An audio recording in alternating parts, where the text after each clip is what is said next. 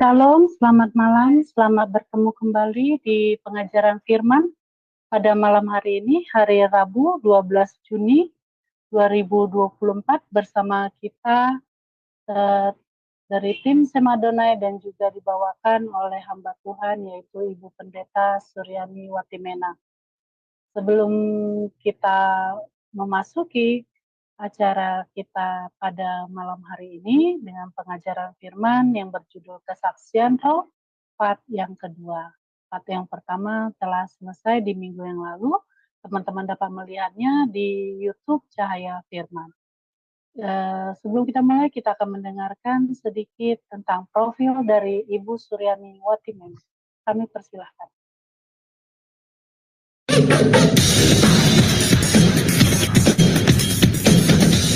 Shalom semua, pada kesempatan kali ini, Sema Adonai dengan bangga memperkenalkan pengajar kita, Ibu Suryani Watimena, dan berikut adalah profil singkat dari beliau. Ibu Pendeta Dr. Suryani S. Watimena, MTH, lebih dikenal dengan nama Suryani Pantau.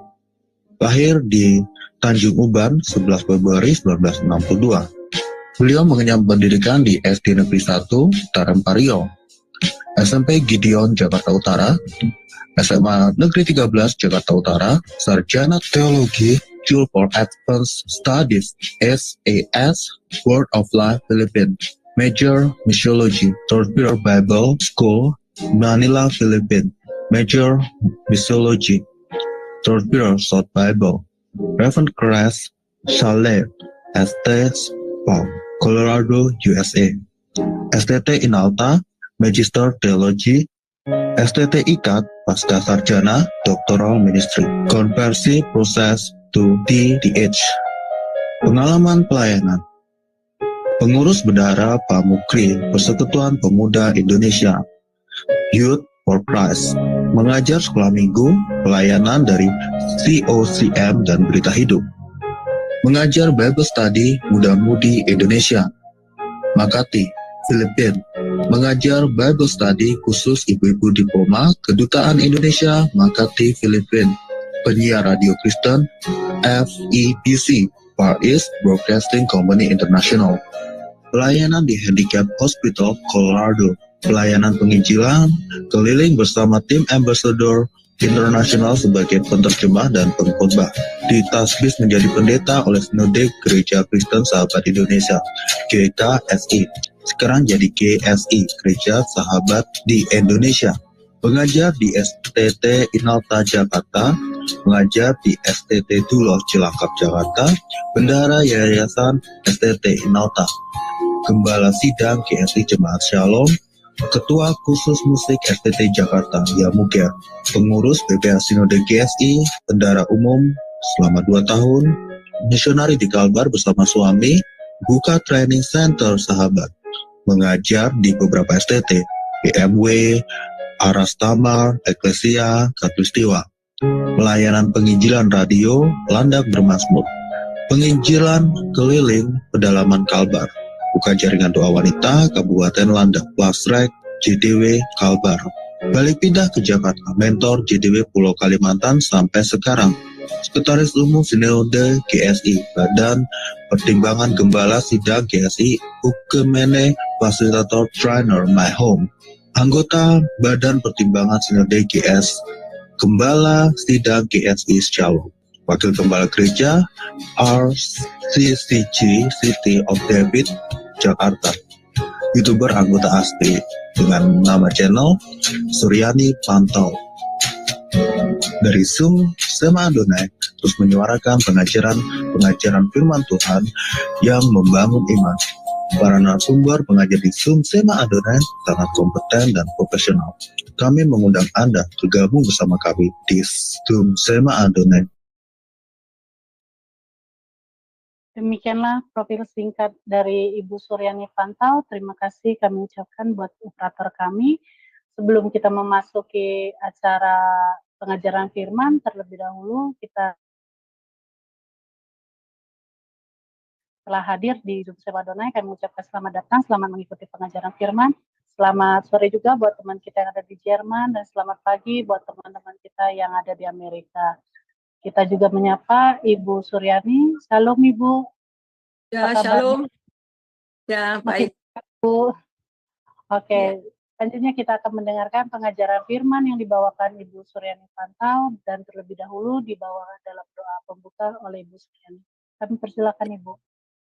Halo, shalom. Selamat malam. Ya, saudara sekalian, selamat pagi atau selamat sore ya. Bagi belahan dunia di sana ya. Kita akan mendengar firman Tuhan. Mari kita terlebih dahulu berdoa. Bapa, kami mengucap syukur kepadamu ya Tuhan. Pada malam ini kami diberi kesempatan lagi untuk belajar firman Tuhan. Tuhan, hamba minta Roh Kudus menyingkapkan kebenaran-Mu, buat kami mengerti, pakai hamba, urapi hamba, sembunyikan hamba di belakang salib-Mu, supaya Engkau saja yang nampak, Engkau saja yang dimuliakan. Dan biarlah setiap kata kalimat yang keluar sesuai dengan kehendak-Mu. Berfirmanlah Tuhan, kami siap nama Yesus, haleluya, amin. Ya, saudara yang kekasih di dalam, kita masih dengan tema kesaksian roh. Sekarang adalah bagian yang kedua ya. Di ayat kuncinya masih Yohanes 11 ayat 13 sampai 14. Ibu Desi atau Ibu Catherine?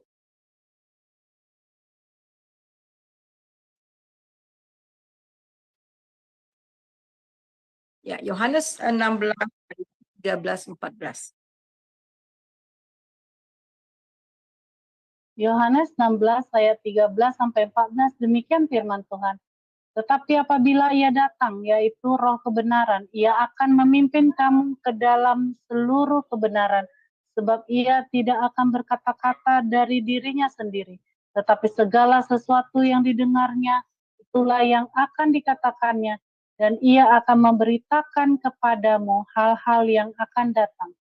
Ia akan memuliakan aku, sebab ia memberitakan kepadamu apa yang diterimanya daripadaku. Ya.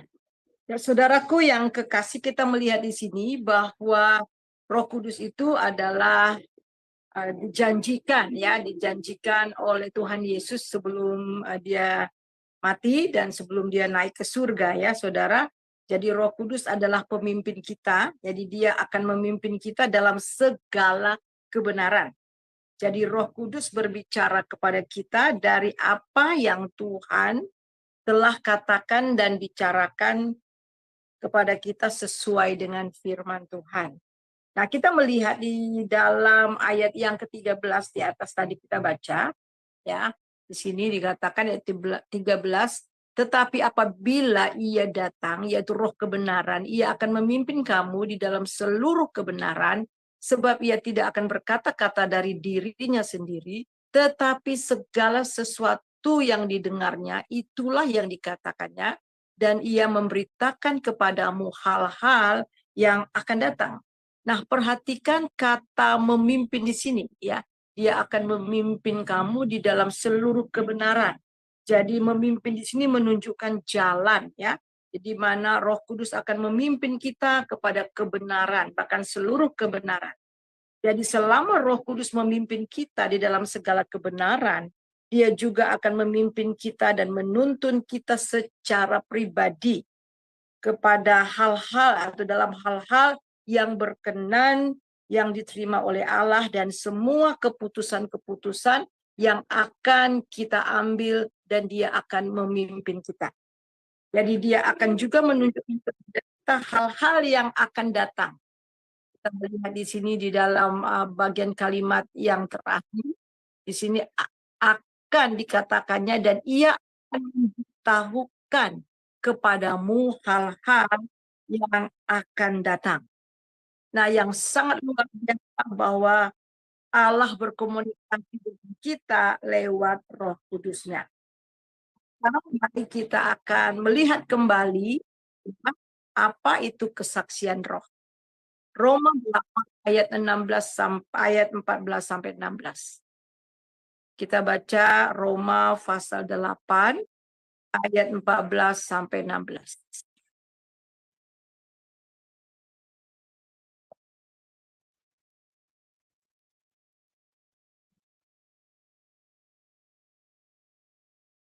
Silakan Bu. Bentar, oke. Roma 8 ayat 14 sampai 16, demikian firman Tuhan. Semua orang yang dipimpin Roh Allah adalah anak Allah. Sebab kamu tidak menerima roh perbudakan yang membuat kamu menjadi takut lagi, tetapi kamu telah menerima roh yang menjadikan kamu anak Allah. Oleh roh itu kita berseru, ya Aba, ya Bapa. Roh itu bersaksi bersama-sama dengan roh kita bahwa kita adalah anak-anak Allah. Ya, jadi saudara, kesaksian roh, nah kita melihat di sini semua orang yang dipimpin Roh Allah adalah anak Allah. Jadi sebab kamu tidak menerima roh perbudakan yang membuat kamu menjadi takut lagi. Tetapi kamu telah menerima roh yang menjadikan kamu anak Allah. Oleh roh itu kita berseru, ya Aba, ya Bapa. Jadi saudara, ini sangat luar biasa. Roh itu bersaksi bersama-sama dengan roh kita bahwa kita ini adalah anak-anak Allah. Jadi roh kita pada waktu Adam dan Hawa jatuh dalam dosa, roh kita mati. Ya, roh Allah meninggalkan roh kita. Absen daripada roh Allah. Tetapi ketika kita percaya, kita menerima Yesus sebagai Tuhan dan Juru Selamat, kita menerima roh itu kembali. Jadi roh kudus. Dan di dalam ayat yang ke-15 ya, kita tidak menerima roh perbudakan yang membuat kita menjadi takut lagi. Tetapi kita menerima roh yang menjadikan kamu anak-anak Allah. Jadi roh kudus itulah saudara jaminan bahwa kita ini adalah anak-anak Allah. Oleh roh itu kita berseru ya Aba. Jadi oleh roh kudus itulah yang ada di dalam batin kita, yang ada di dalam roh kita. Karena roh Allah, roh kudus dengan roh Allah itu bersekutu.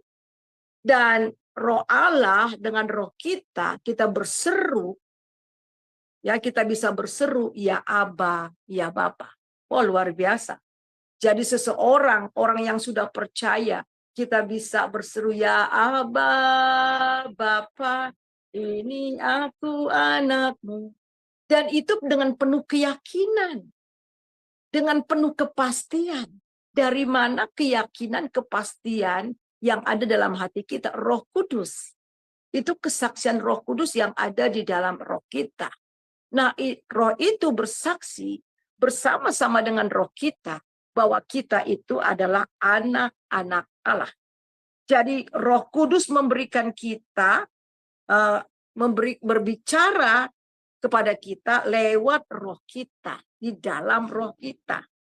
Dengan sentuhan, dengan jamahan yang lembut ya saudara.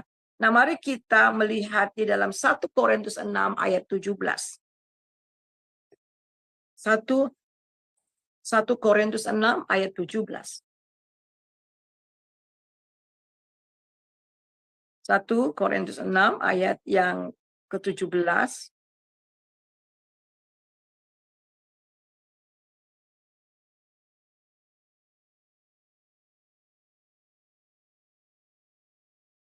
Satu Korintus 6 ayat 17.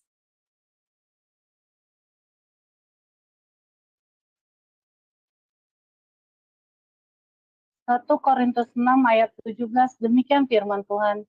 Tetapi siapa yang mengikatkan dirinya pada Tuhan menjadi satu roh dengan Dia. Ya, saudara kita melihat di sini ya. Tadi dikatakan bahwa roh Allah, roh kudus, bersekutu dengan roh kita. Ada communion, ada persekutuan roh Allah dengan roh kita. Dan roh itu bersaksi bersama dengan roh kita bahwa kita ini adalah anak-anak Allah. Nah, di dalam 1 Korintus pasal 6 ayat 17 yang luar biasa. Tetapi siapa yang mengikat dirinya dengan Tuhan menjadi satu roh dengan Dia. Jadi roh Tuhan dengan roh kita itu menjadi satu. Wah, luar biasa ya saudara. Ini adalah satu keistimewaan yang sangat luar biasa. Di mana Dia bersekutu dengan kita dan kita di dalam Dia. Dan di mana Dia bisa berbicara kepada kita lewat roh kita. Nah, kita akan melihat saudara bahwa Roh Kudus sampai sekarang masih berkomunikasi dengan kita. Ya, masih berbicara kepada kita ke dalam batin kita atau roh kita, tetapi bukan, sekali lagi, tetapi bukan konteks wahyu, tetapi mengingatkan kita akan yang datang. Jadi bukan memberikan ilham atau wahyu yang baru, tidak. Ya, karena itu sudah ada di dalam Alkitab. Sudah ada tertulis dalam Alkitab. Tetapi Roh Kudus mengingatkan kita apa yang dituliskan dalam Alkitab. Jadi ketika dia berbicara, ketika dia berkomunikasi dengan kita, itu tidak pernah bertentangan dengan firman Tuhan. Nah, itu yang harus kita garis bawahi. Jadi bagaimana Roh Kudus berbicara kepada kita? Minggu lalu kita sudah melihat ada beberapa, yang pertama, Roh Kudus itu memberikan firman yang datang segera ketika di saat-saat kita terdesak. Di saat kita memang membutuhkan firman Tuhan, saat itu juga. Nah, Roh Kudus berbicara ke dalam hati kita. Untuk apa, saudara? Untuk kita mengambil keputusan, untuk menuntun kita. Dan bukan hanya itu saja, ketika kita mengalami kelemahan, tiba-tiba ada firman Tuhan yang berkata kepada kita, Roh Kudus berbicara ke dalam hati kita lewat batin kita, ya. Dan kemudian ketika kita khawatir, dan ketika kita mengalami masalah-masalah, ketika kita betul-betul ingin mengambil satu keputusan yang besar dan kita tidak tahu bagaimana untuk melakukannya, Roh Kudus yang ada di dalam roh kita, yang ada dalam kita ini, dia berbicara, dia memberikan firman-Nya ke dalam batin kita. Lewat apa? Lewat suara hati kita, dan juga saudara, ketika kita berbicara, dan ketika kita mendengar firman Tuhan, ketika kita membaca firman Tuhan, Roh Kudus berbicara ke dalam batin kita. Dan kemudian kita melihat lagi yang kedua, dia memberikan jaminan insurance kepada kita, bahwa kita ini betul-betul anak Allah. Dia memberikan insurance, dia berikan keyakinan bahwa keselamatan yang kita terima itu betul-betul sudah kita miliki. Kita bisa yakin, kita bisa teguh. Nah, saudara, kita melihat di dalam bagaimana sejarah gereja yang mula-mula. Mengapa sampai orang-orang itu ada yang dibakar hidup-hidup, saudara? Ada yang digoreng, kemudian ada yang dibuang ke singa, ke gelanggang pertandingan, seperti orang-orang yang pada saat itu, saudara, di zaman kekaisaran pada saat itu, di zaman yang mula-mula. Kalau orang kedapatan percaya sama Tuhan Yesus dan mereka tidak mau menyangkal Tuhan Yesus, mereka dibuang, bahkan dipertandingkan dengan binatang buas. Kenapa mereka sampai detik terakhir? Orang-orang ini tetap berdiri teguh dan sama sekali tidak goyah. Siapa yang memberikan kekuatan itu? Siapa yang memberikan insurans itu? Roh Kudus. Ada banyak dulu mahasiswa saya mengatakan, Bu, gimana ketika kita tiba-tiba ada pisau di leher kita? Apa kita nggak takut? Bagaimana manusia kita?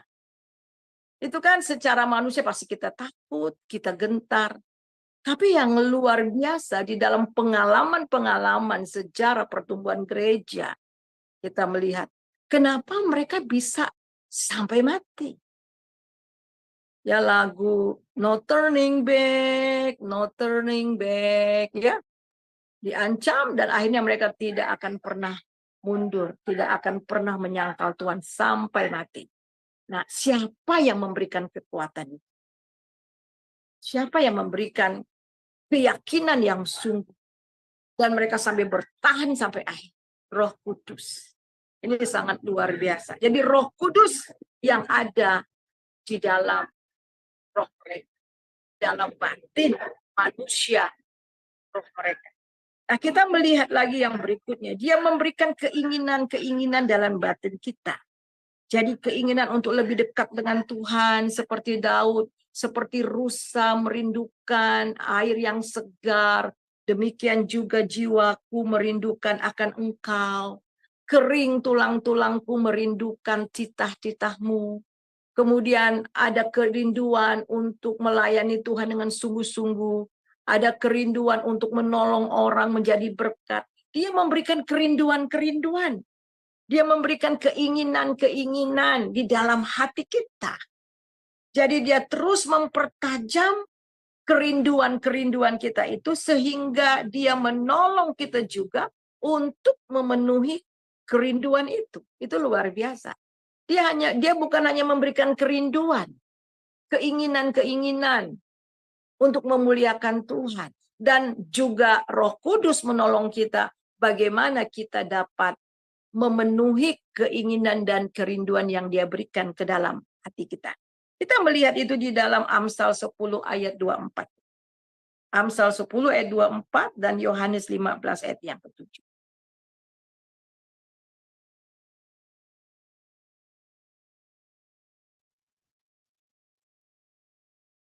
Amsal 10 ayat 24, demikian firman Tuhan. Apa yang menggentarkan orang fasik itulah yang akan menimpa dia, tetapi keinginan orang benar akan diluluskan. Iya, akan diluluskan. Jadi keinginan ya. Jadi keinginan orang benar akan diluluskan. Yohanes 15 ayat 7.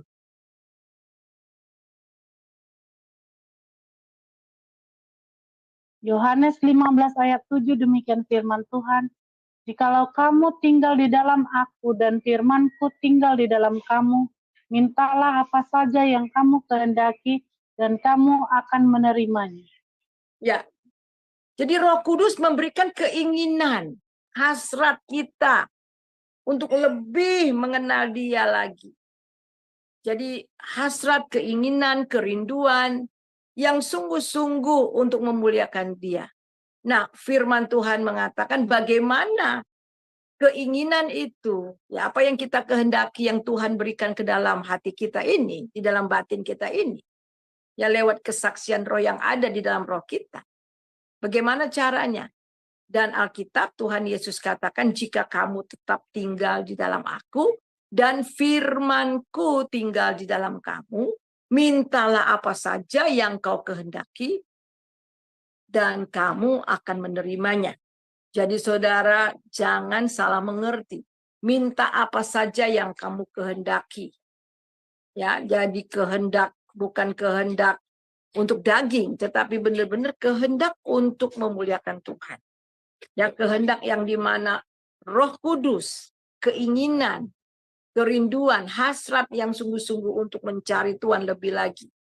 Ya, kemudian kita melihat juga di sini, saudara, bahwa saat kita berjalan dalam ketaatan pada Roh Kudus lewat kesaksian Roh, maka Dia akan membuat itu menjadi nyata dan terjadi di dalam kehidupan kita. Kemudian yang keempat, saudara, itu memberikan pengetahuan tentang siapa kita dan apa tujuan Tuhan dalam hidup kita. Nah, minggu lalu juga kita sudah bahas bahwa seperti Musa diberi pengetahuan dalam batinnya bahwa dia akan menyelamatkan umatnya, orang Mesir dari orang Mesir. Dan ini tugas yang dia terima dari Tuhan lewat kesaksian rohnya. Dan membuat dia mengerti apa yang Tuhan mau kerjakan dan lakukan dalam hidupnya. Dan itu diberikan ke dalam batin lewat kesaksian roh. Akan tetapi kita harus tahu tetap harus menunggu waktu Tuhan. Ya, waktu Tuhan dan dengan cara Tuhan. Kita sudah melihat ya bagaimana Musa, dia tidak sabar. Dia melewati jalannya sendiri, caranya sendiri, dan dengan waktunya sendiri. Dan akhirnya dia membunuh seorang Mesir. Dan karena hal ini kemudian dia lari ke Midian setelah 40 tahun. Setelah 40 tahun menjadi gembala di Midian, Tuhan memanggil dia. Jadi Tuhan memberikan pengetahuan itu kepada kita. Apa yang akan dia kerjakan di dalam hidup kita. Dan kemudian yang kelima, dia memberikan dorongan atau desakan. Dorongan Roh Kudus lewat kesaksian roh, sama seperti seseorang yang sedang memberikan dorongan kepada kita untuk melakukan sesuatu. Jadi kita dapat merasakan dorongan itu. Kadang dorongan itu begitu kuat untuk segera harus dilakukan. Sebab itu kita harus menjaga sensitivitas roh kita, ya. Jadi dia memberikan dorongan. Oleh sebab itu saudara, kita harus menjaga sensitivitas roh kita. Maka kita dapat merasakan Roh Kudus banyak kali mendorong kita untuk melakukan hal-hal yang Tuhan kehendaki. Contohnya seperti ini yang mendesak sekali. Ya, ada teman kita yang sakit di rumah sakit, ya. Kemudian Roh Kudus bilang begini, cepat segera datang mengunjungi dia dan berdoa. Beritakan Injil. Beritakan tentang keselamatan. Itu artinya Roh Kudus memberi kita, mendorong kita, mendesak kita untuk segera dilakukan. Nah, itu harus taat, harus segera dilakukan. Setelah sampai di sana, kita harus memberitakan Injil, dan kemudian saudara, besoknya dia meninggal. Saya mengalami hal-hal dalam pelayanan saya seperti itu berkali-kali. Satu ketika ada jemaat, ya, jemaat waktu saya masih di Kalimantan, ada seorang bapak, dia jemaat dari di mana kami melayani, ya, gereja. Waktu itu kami ada training center, jadi kami bukan gembala, ada gembalanya. Nah, apa yang jadi? Ada seorang bapak. Nah, bapak ini tidak jauh dari gereja.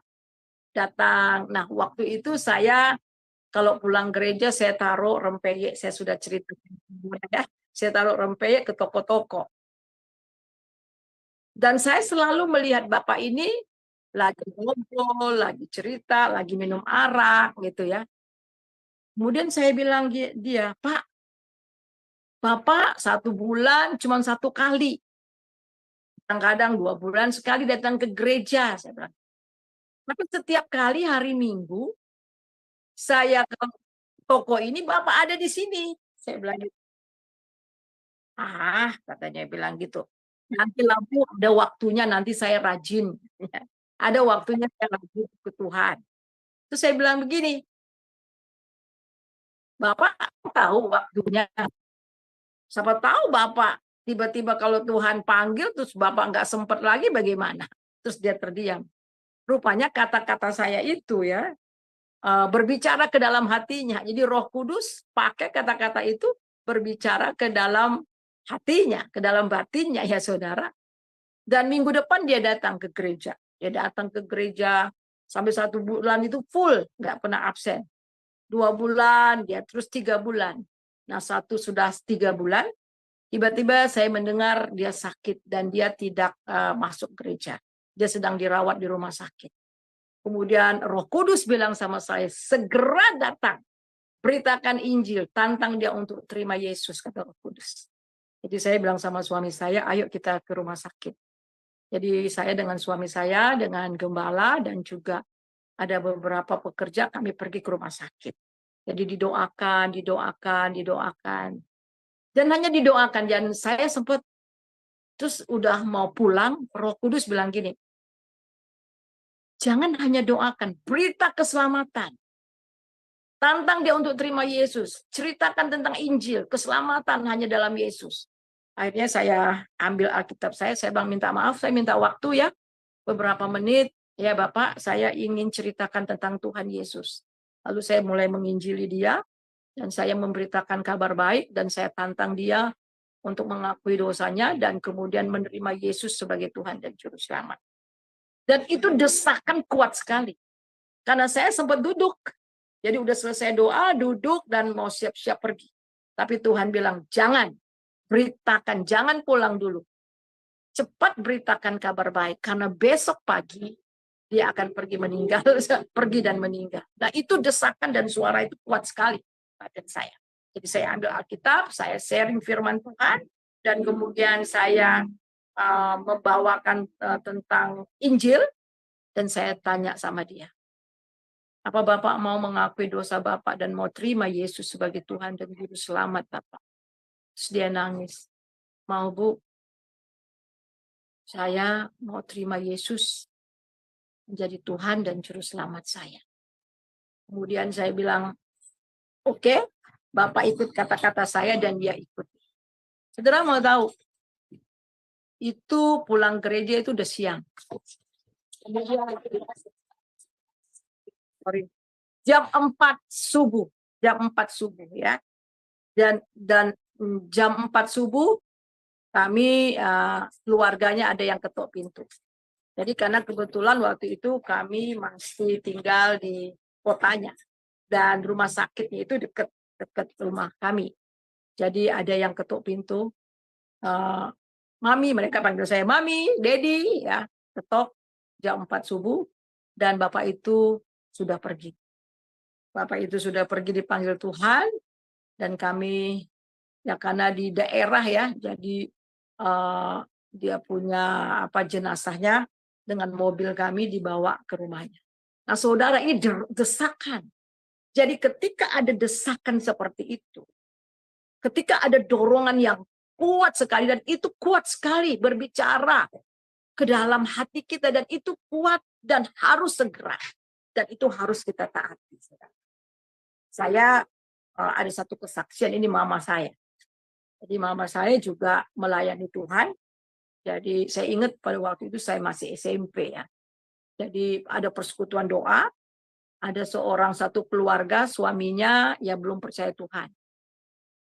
Kemudian sakit.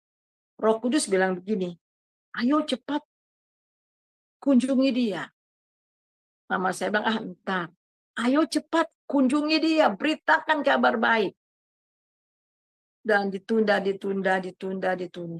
dan akhirnya Bapak ini meninggal.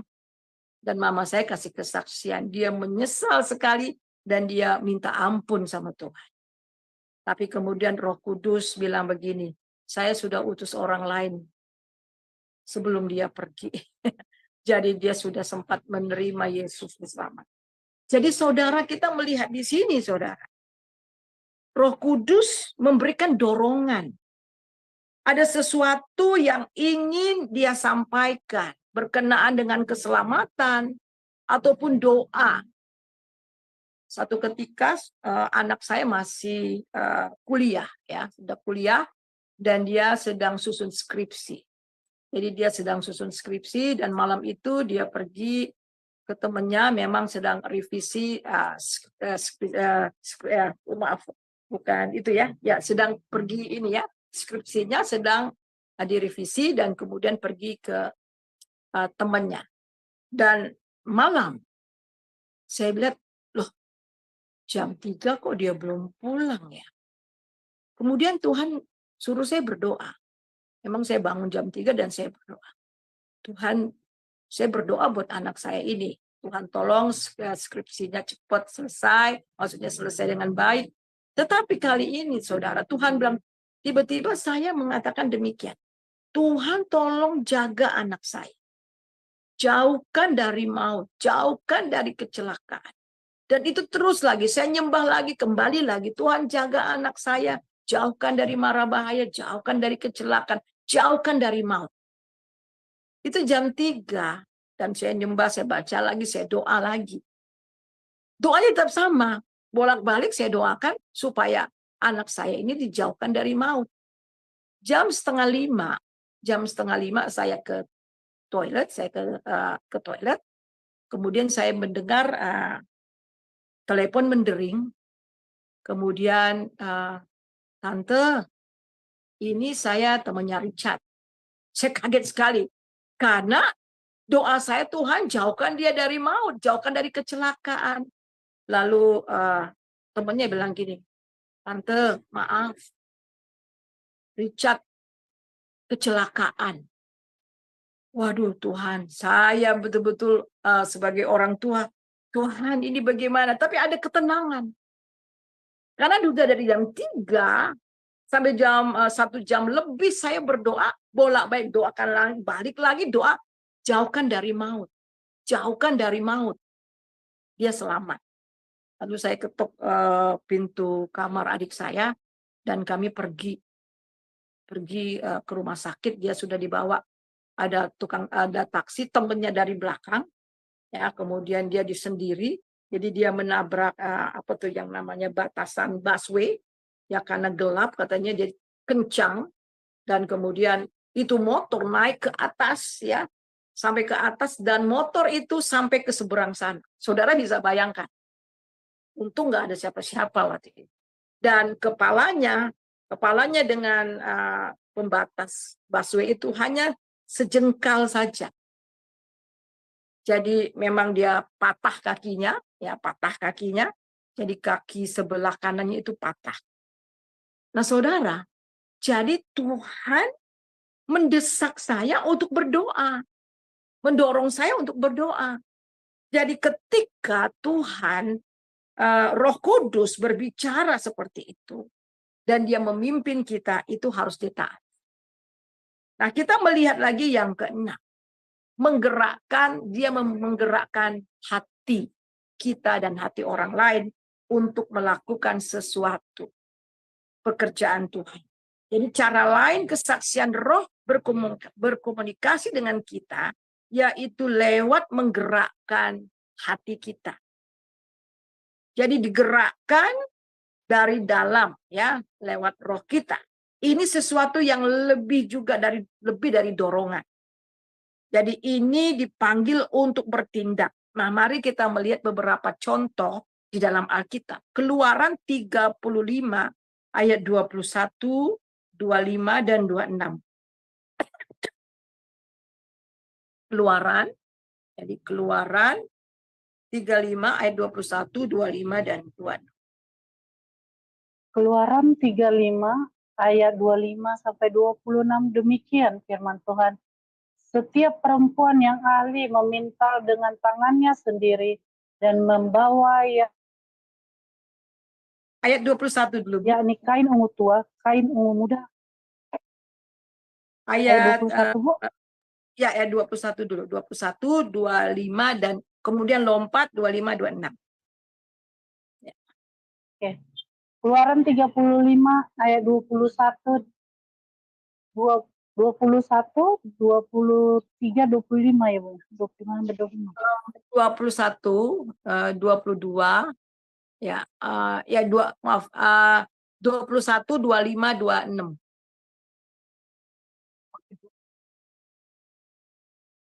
Keluaran 21. 35 ayat, ya maaf Bu. Ayat 21 dulu, ya. Keluaran 35 ayat 21, demikian firman Tuhan.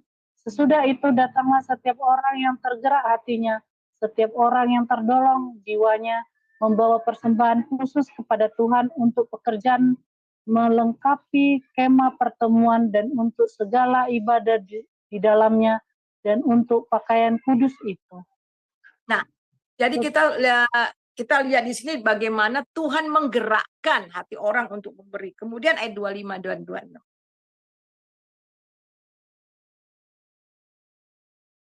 Ayat 25 dan 26, demikian firman Tuhan.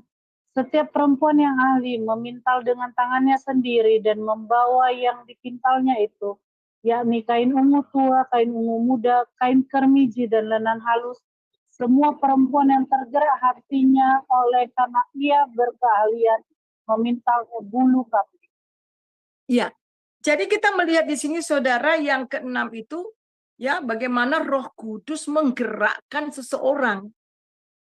Jadi benar-benar tergerak itu dari hatinya, ya, dari hati tergerak. Dan di sini bagaimana kita lihat dalam Keluaran, kita melihat bahwa hati orang-orang pada saat itu digerakkan, ya, dengan semangat untuk memberi dengan murah hati dari apa yang mereka miliki, dari apa yang mereka punyai, dan juga dari keahlian-keahlian mereka, ya, untuk membangun tabernakel. Jadi saat itu kita melihat bagaimana Tuhan bisa melakukan menggerakkan hati orang-orang untuk terlibat di dalam pekerjaan Tuhan. Sama sekarang juga bisa. Tuhan menggerakkan hati seseorang. Makanya seringkali kita digerakkan, bukan hanya saudara, bukan hanya orang-orang perjanjian lama yang digerakkan, tetapi sekarang juga. Satu ketika Tuhan menggerakkan hati saya. Jadi menggerakkan dan juga didorong ya saudara. Satu ketika saya masih di Kalimantan dan saya sedang ada pelayanan di Jakarta, jadi saya ke Jakarta. Tiba-tiba saudara, Roh Kudus bilang begini, ya digerakkan untuk memberi ya, digerakkan, saya tiba-tiba tergerak sekali untuk taruh uang di amplop dan kasih kepada satu hamba Tuhan, dan dulu itu adalah mahasiswa saya, tapi dekat sekali dengan saya, ya itu sebagai anak rohani saya. Jadi tiba-tiba saja saya digerakkan untuk masukkan uang di amplop dan juga didorong untuk ketemu sama dia. Jadi saya bilang sama teman saya, tolong temenin saya mau ketemu si ini anak rohani saya. Oke Bu, katanya.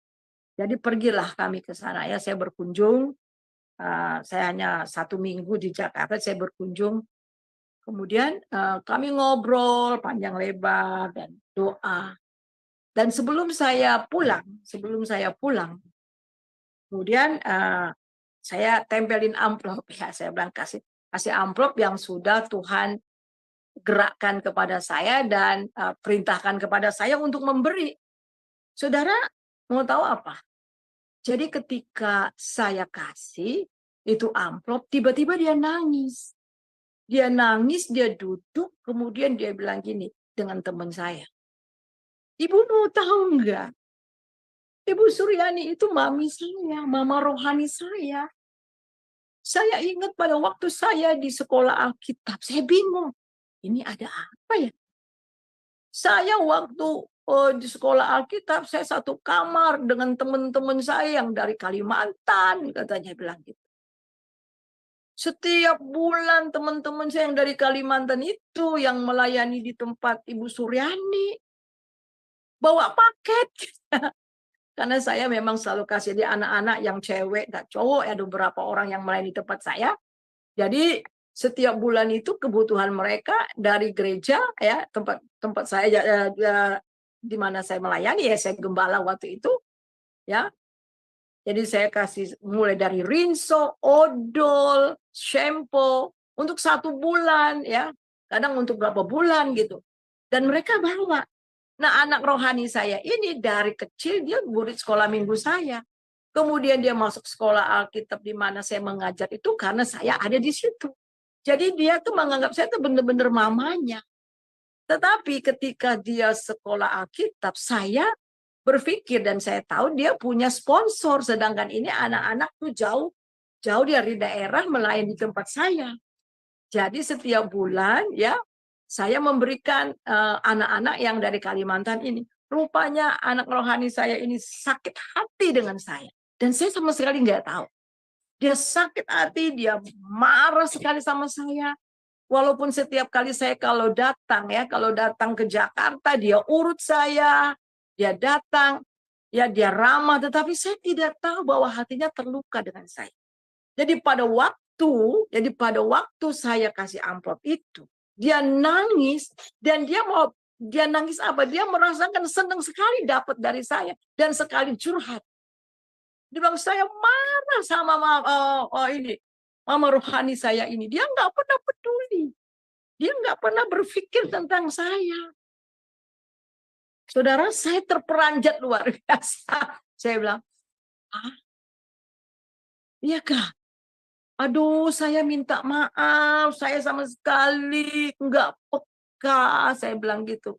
Saya berpikir kamu waktu itu orang tuanya di Jakarta. Dan juga kamu juga dapat sponsor. Dan saya nggak berpikir, saya bilang gitu. Saya tetap sayang sama kamu. Jadi akhirnya saudara, gara-gara itu, bukan gara-gara itu, karena Tuhan menggerakkan saya dan memerintahkan saya, mendesak saya untuk pergi dan lakukan itu. Akhirnya saya minta maaf. Mohon maaf, saya bilang saya sama sekali tidak. Maaf kalau selama ini ketidaktahuan saya sudah menyakitkan hati kamu. Jadi akhirnya kita berdoa, saya minta maaf, dia minta maaf, luka batinnya yang sudah lama karena selesai kuliah, dia sudah menikah, sudah punya anak, bahkan sudah jadi pendeta. Saudara bisa bayangkan, lamanya dia marah sama saya. Tetapi luar biasa, Roh Kudus menggerakkan hati saya dan memerintahkan sesuatu. Dan akhirnya saya lakukan. Apa yang terjadi, saudara, kemarahan yang lama dari hatinya terhadap saya dan juga ketidaktahuan saya akhirnya bisa diselesaikan. Jadi kita melihat di sini, saudara, bahwa Tuhan menggerakkan kita untuk melakukan sesuatu. Nah, ketika dia menggerakkan kita, segera lakukan. Intinya itu adalah taat. Jadi kita lihat di dalam pada zaman Kores ya juga ya, ada Raja Kores juga digerakkan untuk membangun Yerusalem dan Bait Allah. Kita baca dari 2 Tawarikh 36 ayat 22.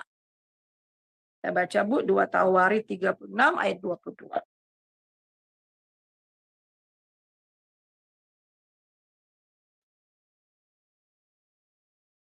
Dua Tawarikh 36 ayat 22. 2 Tawarikh 36 ayat 22, demikian firman Tuhan.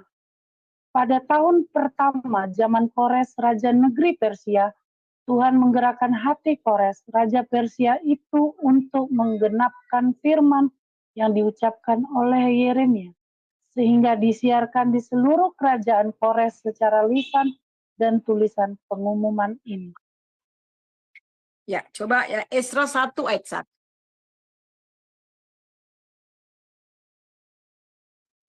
Ezra 1 ayat 1. Esra 1 ayat 1, demikian firman Tuhan. Pada tahun pertama zaman Kores Raja Persia, Raja Negeri Persia, Tuhan menggerakkan hati Kores Raja Persia itu untuk menggenapkan firman yang diucapkan oleh Yeremia, sehingga disiarkan di seluruh kerajaan Kores secara lisan dan tulisan pengumuman ini.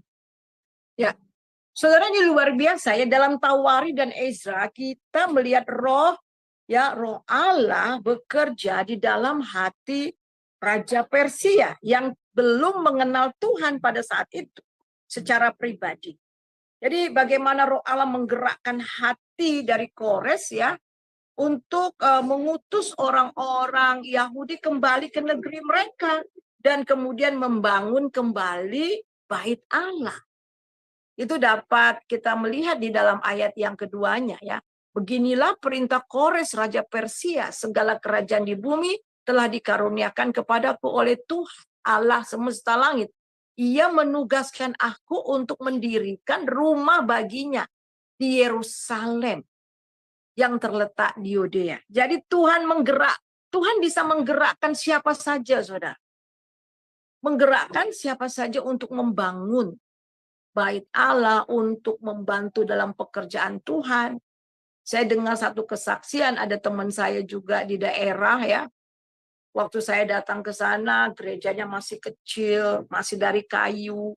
Mereka berdoa, ada lahan tetapi tidak ada uang sama sekali. Mereka berdoa puasa.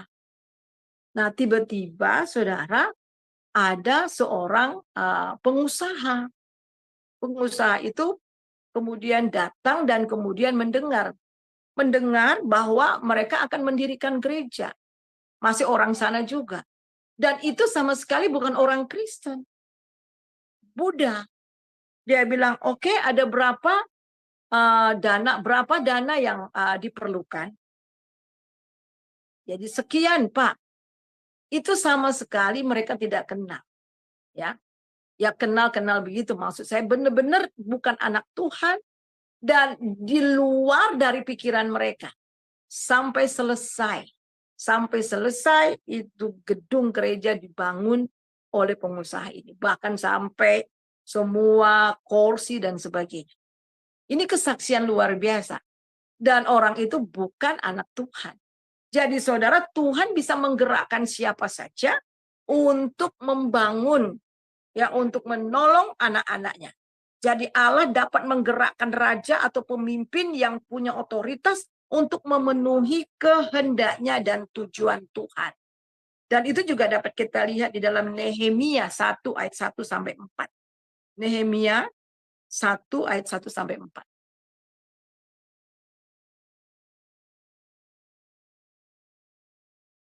Nehemia 1 ayat 1 sampai 4, demikian firman Tuhan.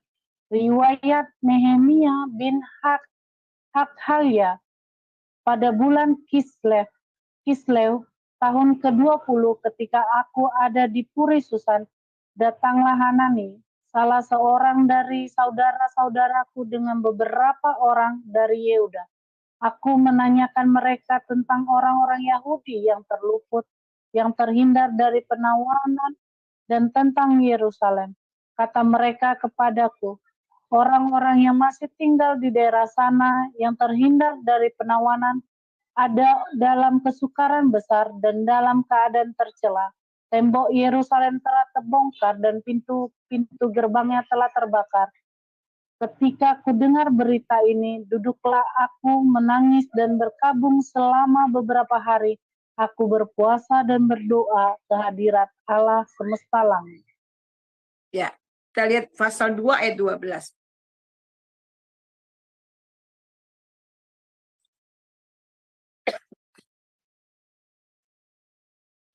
Pasal 2 ayat 12.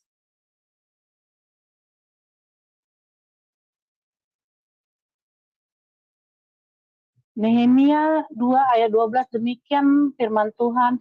Bangunlah aku pada malam hari bersama-sama beberapa orang saja yang menyertai aku. Aku tidak beritahukan kepada siapapun rencana yang akan kulakukan untuk Yerusalem, yang diberikan Allahku dalam hatiku. Juga tak ada lain binatang kepadaku kecuali yang kutunggangi. Ya, jadi yang diberikan Allahku dalam hatiku itu digerakkan oleh Tuhan. Jadi kita melihat di sini bagaimana Nehemia digerakkan oleh Tuhan untuk membangun kembali tembok Yerusalem. Jadi Nehemia sangat tergerak hatinya ketika mendengar kabar bahwa tembok Yerusalem telah runtuh. Dia duduk menangis, meratap, dan berdoa dan berpuasa berhari-hari. Kemudian dia sadar bahwa gerakan yang dirasakan, beban yang dia rasakan untuk membangun kembali tembok yang runtuh itu adalah digerakkan Tuhan.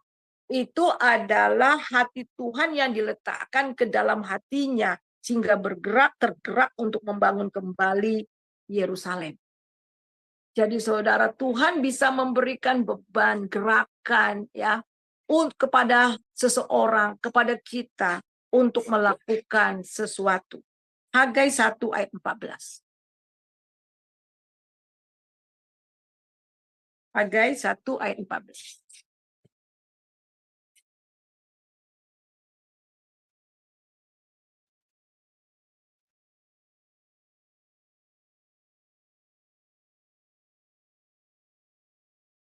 Hagai 1 ayat 14, demikian firman Tuhan. Tuhan menggerakkan semangat Zerubabel bin Shealtiel, Bupati Yehuda, dan semangat Yosua bin Yozadak, imam besar, dan semangat selebihnya dari bangsa itu. Maka datanglah mereka, lalu melakukan pekerjaan pembangunan rumah Tuhan, semesta alam Allah mereka. Iya. Jadi kita melihat di sini ya saudara, bahwa Roh Kudus itu juga memberikan atau menggerakkan hati orang untuk melakukan pekerjaannya. Jadi pekerjaan membangun kembali bait Allah yang ada di Yerusalem awalnya ditolak itu selama 16 tahun. Hagai mencatat bahwa Tuhan menggerakkan hati gubernur, hati para imam, dan semua orang Israel untuk kembali bekerja membangun kembali bait Allah. Jadi kita lihat semua digerakkan oleh Roh Kudus. Jadi Allah memakai para nabi, Hagai, Zakaria, dan mengatakan bangsa Israel dalam melakukan pekerjaan Tuhan. Kita baca Ezra 5 ayat 1 dan 2.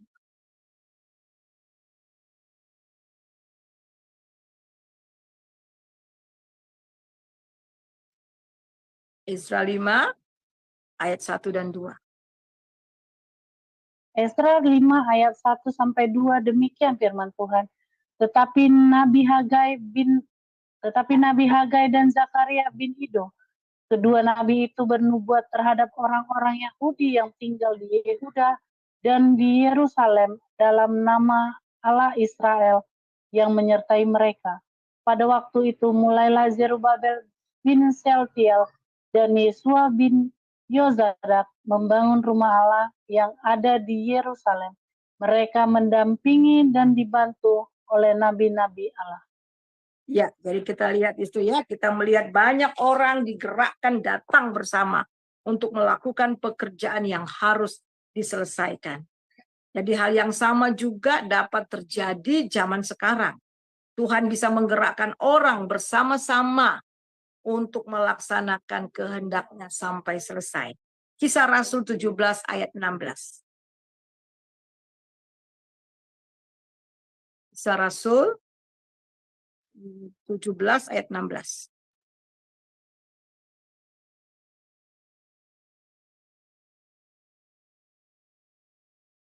Kisah Rasul 17, 16. Ya.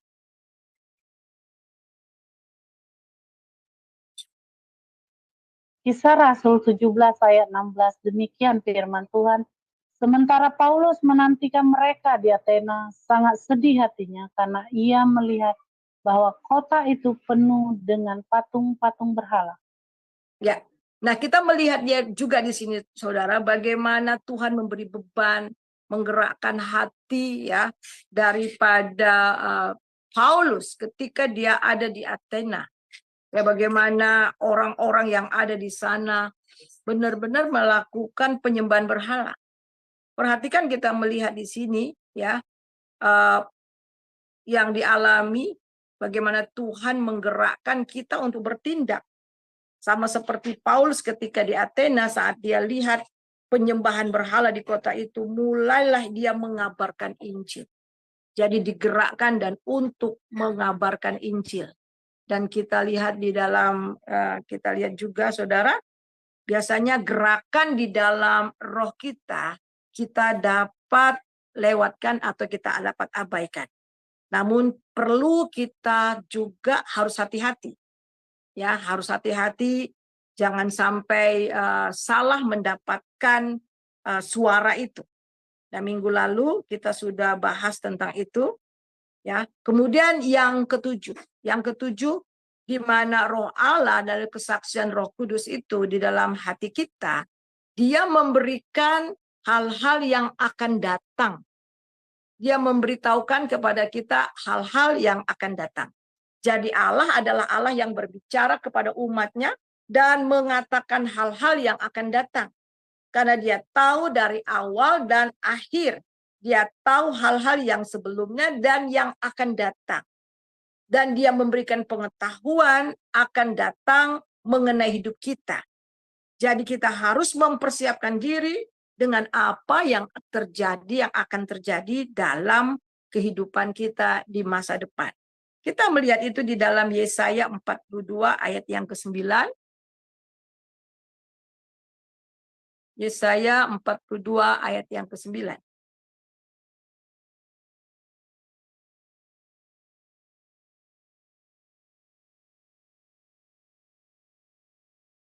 Yesaya 42 ayat 9.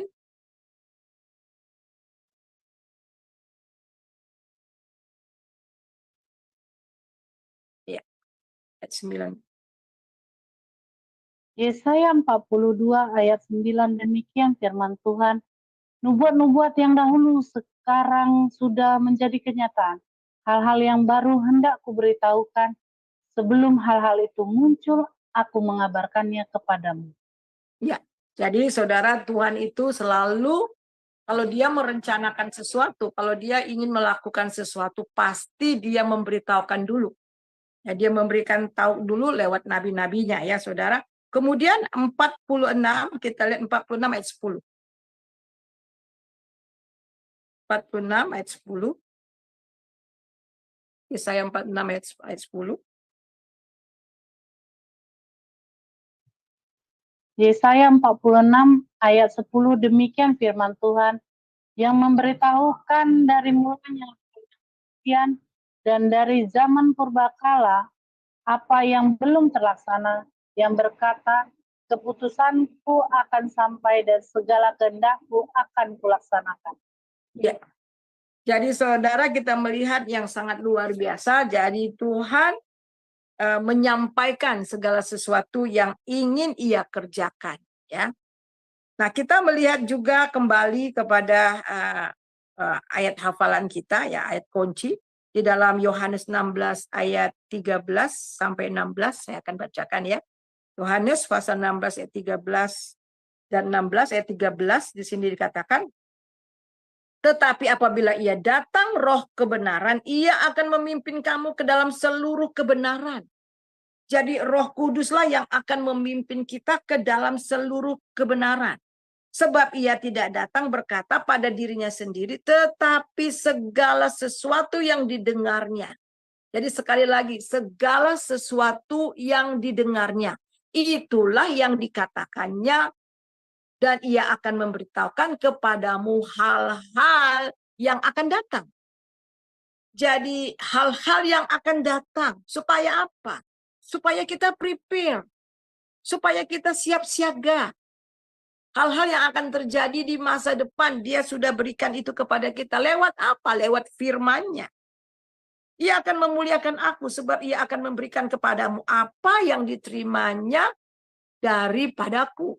Segala sesuatu yang Bapa punya adalah aku punya, sebab itu aku berkata, ia akan memberitahukan kepadamu apa yang dia terima daripada. Jadi sekali lagi, Roh Kudus, kesaksian roh yang ada dalam kita.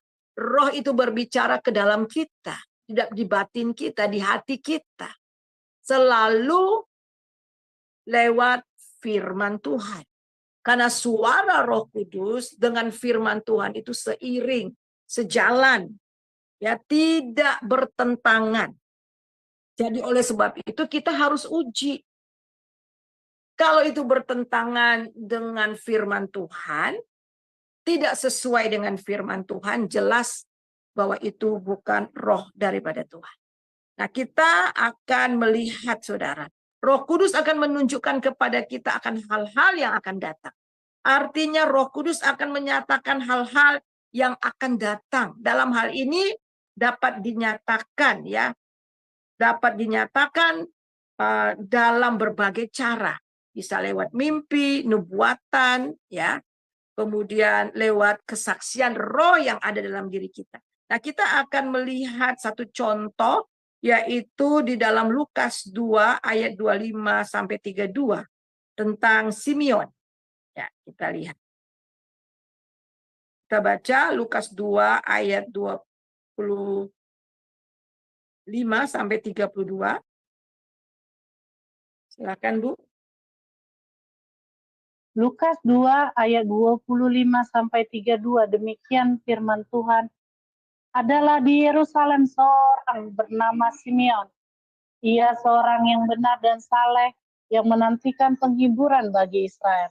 Roh Kudus ada di atasnya, dan kepadanya telah dinyatakan oleh Roh Kudus bahwa ia tidak akan mati sebelum ia melihat Mesias, yaitu Dia yang diurapi Tuhan.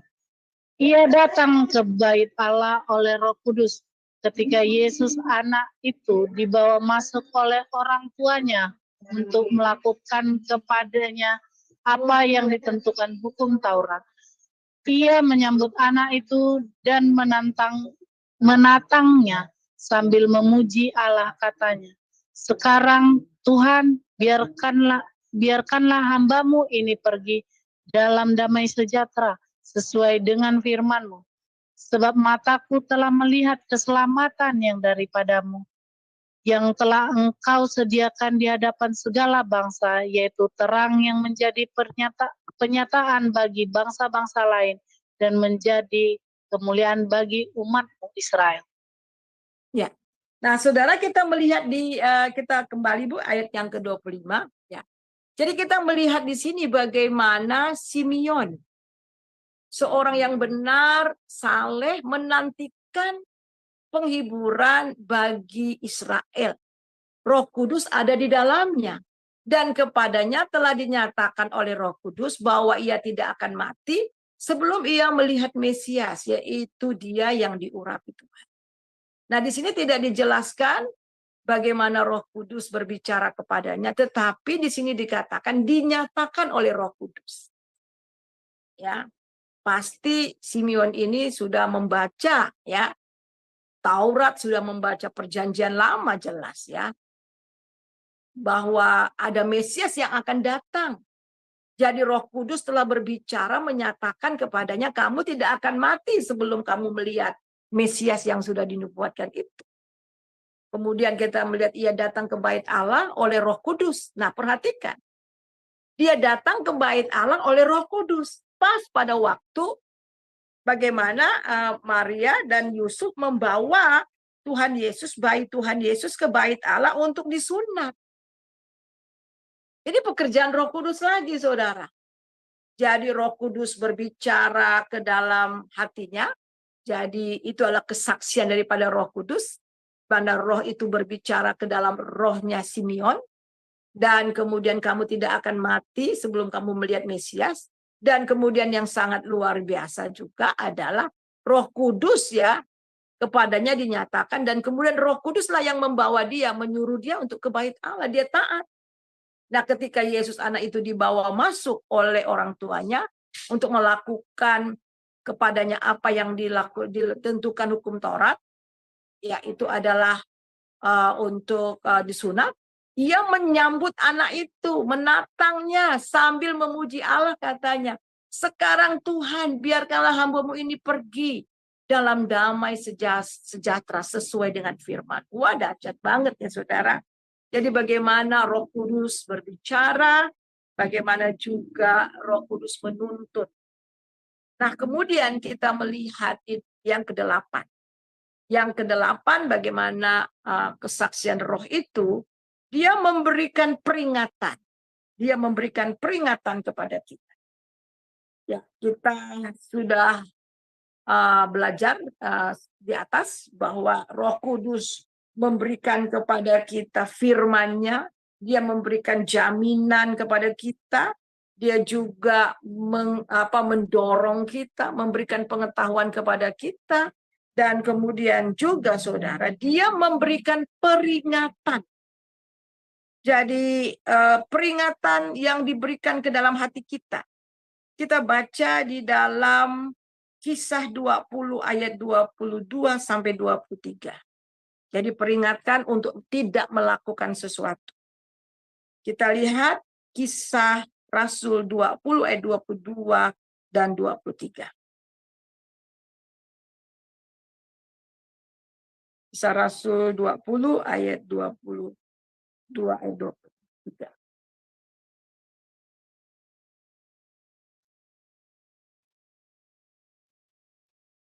Kisah 20 ayat 22 sampai 23, demikian firman Tuhan. Tetapi sekarang sebagai tawanan roh, aku pergi ke Yerusalem dan aku tidak tahu apa yang akan terjadi atas diriku di situ. Selain daripada yang dinyatakan Roh Kudus dari kota ke kota kepadaku, bahwa penjara dan sengsara menunggu aku. Ya. Jadi Roh Kudus mencegah Paulus untuk tidak pergi ke Yerusalem karena dia akan dipenjarakan dan akan menderita di sana. Tetapi kita melihat di dalam ayat yang ke-24, tetapi aku tidak menghiraukan nyawaku sedikit pun. Ini luar biasa. Walaupun Roh Kudus sudah berbicara kepada dia, ya, nanti dia akan menjadi tawanan di Yerusalem dan menderita, tetapi Paulus tidak menghiraukan. Asal saja aku mencapai garis akhir dan menyelesaikan pelayanan yang ditugaskan oleh Tuhan. Yesus kepadaku untuk memberi kesaksian tentang Injil kasih karunia. Apakah di sini dia tidak taat kepada Roh Kudus? Saudara, ini pilihan. Roh Kudus telah memberikan kepadanya bahwa akan ada terjadi sesuatu yang menyengsarakan dia nantinya. Dia bisa pilih untuk tidak pergi ke sana. Ya. Tetapi di sini dikatakan, hati Paulus tidak gentar.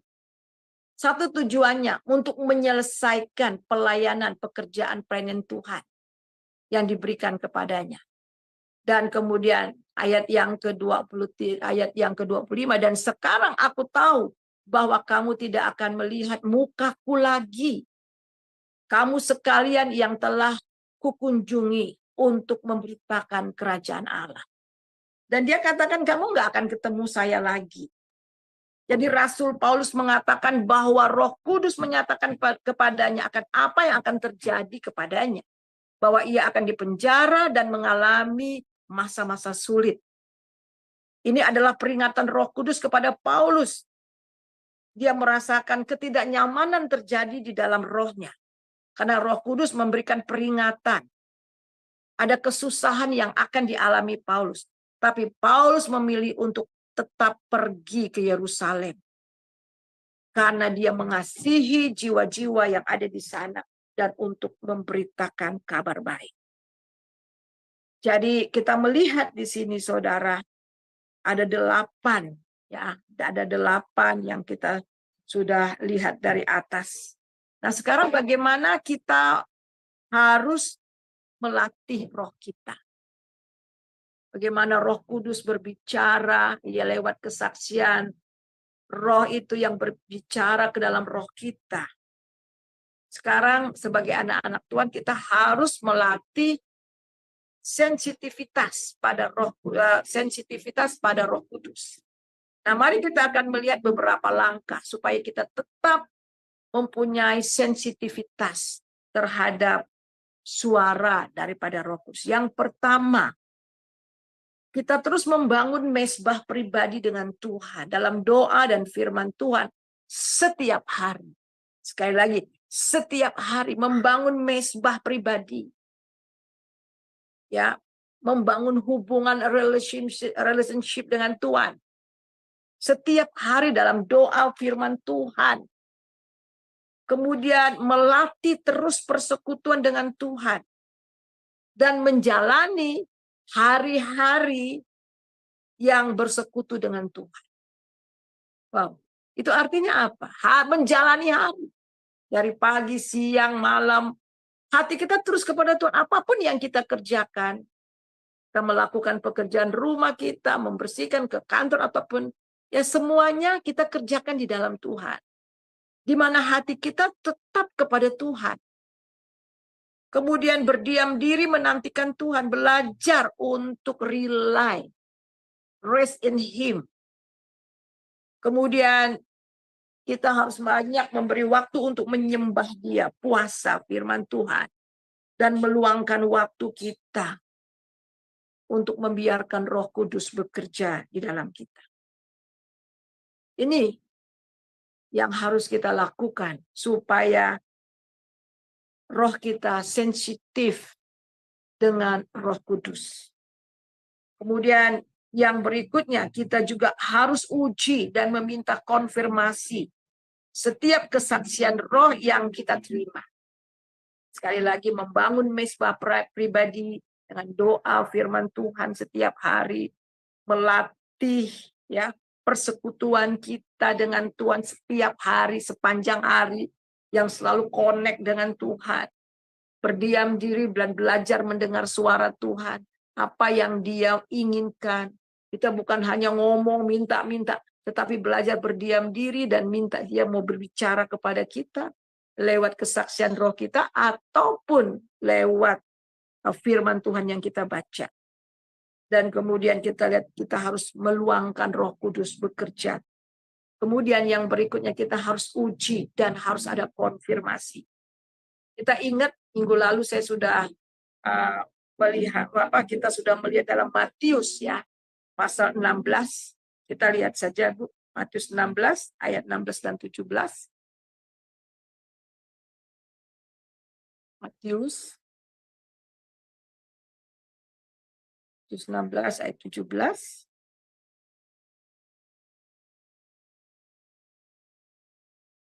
Matius 16 ayat 17, Bu. Ya 16 16 17. Matius 17. Matiusnya 17, Bu, pasal 17. Pasal 16, sorry. Pasal 16 ayat 16 dan 17. Matius 16 ayat 16 sampai 17, demikian firman Tuhan. Maka jawab Simon Petrus, engkau adalah Mesias, anak Allah yang hidup. Kata Yesus kepadanya, berbahagialah engkau Simon bin Yunus, sebab bukan manusia yang menyatakan itu kepadamu, melainkan Bapakku yang di surga. Ya, kalau kita lihat di ayat atasnya, Bu, kita lihat atasnya. Kita lihat mulai ayat 13. Ya, ayat 13. Nah, kita melihat setelah Yesus tiba di daerah Kaisaria Filipi, ia bertanya kepada murid-muridnya. Kata orang, siapakah anak manusia itu? Maksudnya dia. Jawab mereka, ada yang mengatakan Yohanes Pembaptis, ada yang mengatakan Elia, ada yang mengatakan Yeremia atau salah seorang daripada nabi. Lalu bertanyalah dia kembali kepada mereka, tetapi apa katamu, siapakah aku ini?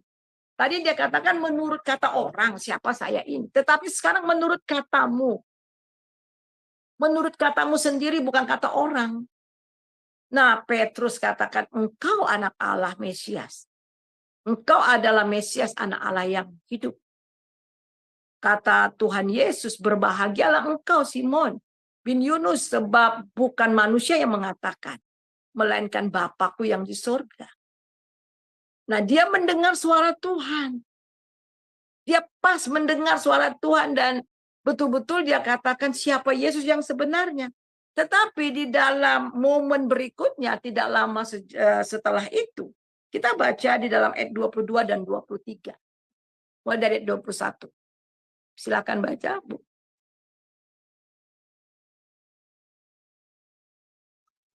Matius 16 ayat 21 sampai 23, demikian firman Tuhan. Sejak waktu itu Yesus mulai menyatakan kepada murid-muridnya bahwa ia harus pergi ke Yerusalem dan menanggung banyak penderitaan dari pihak tua-tua, imam-imam kepala dan ahli-ahli Taurat, lalu dibunuh dan dibangkitkan pada hari ketiga. Tetapi Petrus menarik Yesus ke samping dan menegur dia. Katanya, Tuhan, kiranya Allah menjauhkan hal itu. Hal itu sekali-kali tak akan menimpa engkau. Maka Yesus berpaling dan berkata kepada Petrus, "Enyalah iblis, engkau suatu batu sandungan bagiku, sebab engkau bukan memikirkan apa yang dipikirkan Allah, melainkan apa yang dipikirkan manusia." Iya, jelas ya saudara. Jadi di atas kita melihat bagaimana dia mendengar suara Tuhan. Tetapi sekarang dia mendengar suara iblis. Suara hatinya dan suara iblis. Ya, manusianya dan suara iblis. Oleh sebab itu kita melihat kelihatannya di dalam ayat 22 ini bagus ya. Tuhan, sekali-kali kamu nggak akan, jangan sampai menimpa, itu berbahaya, kami tidak ingin kamu mati. Itu kelihatannya bagus. Tetapi itu tidak sesuai dengan firman Tuhan. Tidak sesuai dengan nubuat Tuhan, karena memang Yesus datang sebagai Mesias dan dia datang untuk mati dan kemudian bangkit untuk menyelamatkan, menjadi penebus bagi banyak orang, dan itu tujuannya. Jadi saudara, jelas bahwa kalau ada roh yang menentang tentang kematian Yesus, kalau ada yang menentang ketuhanan Yesus, bahwa keselamatan itu hanya lewat pengorbanan dan kebangkitan Tuhan Yesus, kalau roh itu yang menentang, itu datangnya dari iblis, jelas, nyahlah kau iblis. Kita sudah lihat itu minggu lalu dari 1 Yohanes pasal 4 ayat 1 sampai 4.